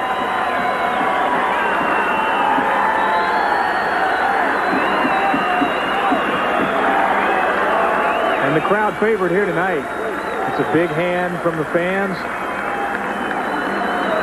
As he comes off the field, he's going to be sore tomorrow. He's already sore. He's going to be really hurting tomorrow.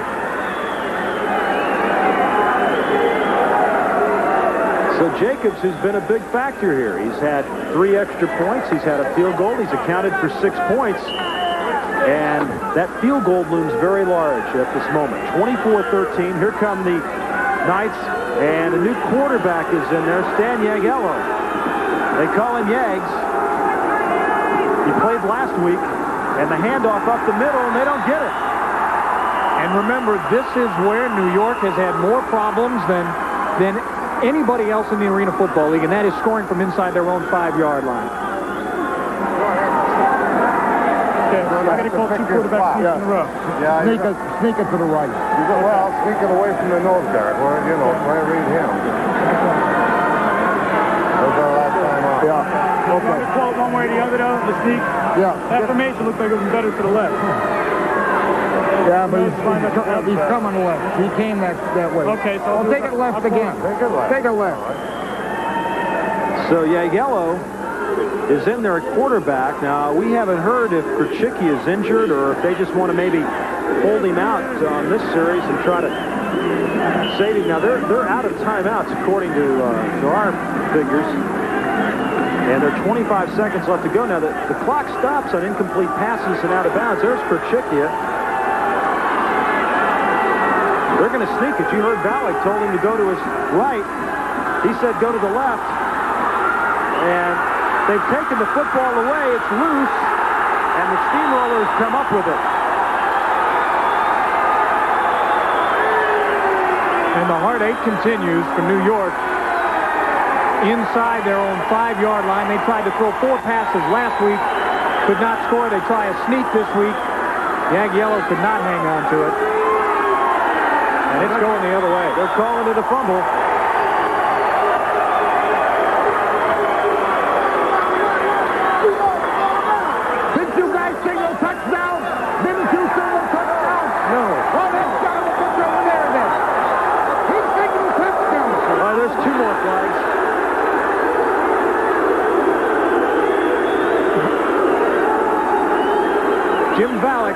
happy man right now. He's saying that the official on the far side signaled touchdown. I didn't see that. I did not see it either, but Jim Ballack says he saw it. The official to the near sidelines did not make a signal. To the left side where the sneak was going.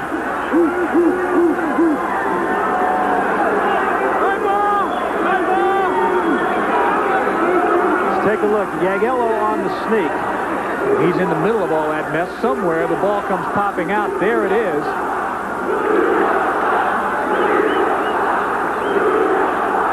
Down there on the ground helping pull that ball out was Steve O'Malley.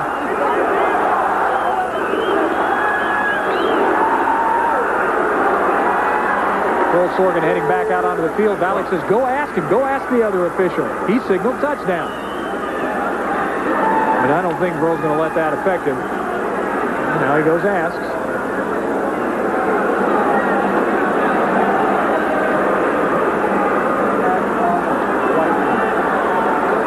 17 seconds remain and no timeouts left for the New York Knights, so New England will simply run a play and that'll end the game. But you can bet that Jim Ballack, now they threw all those flags, over for him. They didn't step in a yardage off. Well, it's late. None of us have had dinner.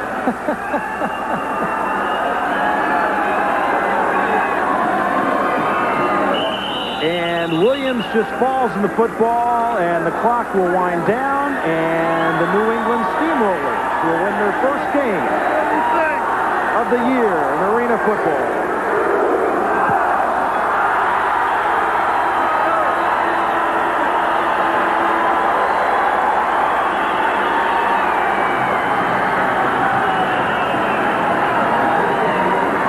Final score, Steamrollers 24 and the Knights 13. Little Caesars Pizza Iron Man of the game. And we're pleased to announce that Alvin Williams of the New England Steamrollers is our Little Caesars Iron Man player of the game. 4 receptions, 31 yards, 1 touchdown, and 1 pass interception. So congratulations to Alvin Williams. Once again, the final score, 24-13. We'll be back to wrap things up at the Providence Civic Center in just a moment.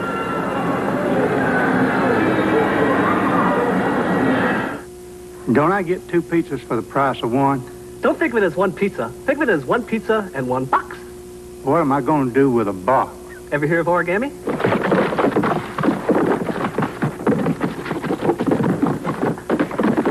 What's that? A pterodactyl.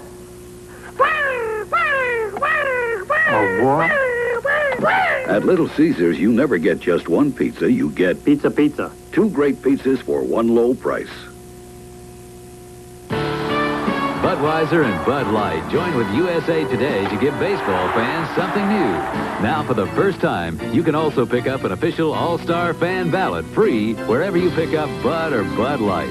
Vote for your favorite Major League players. Then, test your baseball trivia and win valuable prizes. Answers are in USA Today every day. So fans, settle back with a cold Bud or Bud Light. Vote for your favorite All-Stars and be part of a baseball tradition. Fuss with shampoo and conditioner? Who needs it? I want to wash my hair and go. And now I can with Pert Plus. Complete shampoo plus complete conditioner in 1 bottle. Pert Plus leaves my hair clean, conditioned, and looking terrific. Before, to get results this good, I used shampoo and conditioner. No more. Now, with Pert Plus, I just wash and go. Pert Plus, shampoo plus complete conditioner in 1. And now, a bold Durham moment. Honey, I want you to wear these when you're pitching on the road. They're garters. The rose goes in the front, big guy. Bull Durham, rated R. Starts Wednesday, June 15th. The days of the unreachables are over. Metro Media Paging announces the Reachable System. Call 1-800-437-BEEP and join the Reachables. Once again, the final score, New England 24 and New York 13. Tonight's game was brought to you by Bud Light. Everything else is just alike. And by your local Little Caesars, where you get 2 great pizzas for 1 low price. And by Pert Plus, shampoo plus complete conditioner in one, so you just wash and go. Don't forget, next Saturday, we'll be in Pittsburgh, Pennsylvania, where Jim Krochicki's New York Knights take on Mike Hohensee and the Pittsburgh Gladiators live at 7:30 Eastern Time. We'd like to thank Bob Eckno of New England, Dan Leary of New York for all their help this weekend. For Steve Rabel, I'm Roger Twaddle saying thank you and good night, everybody.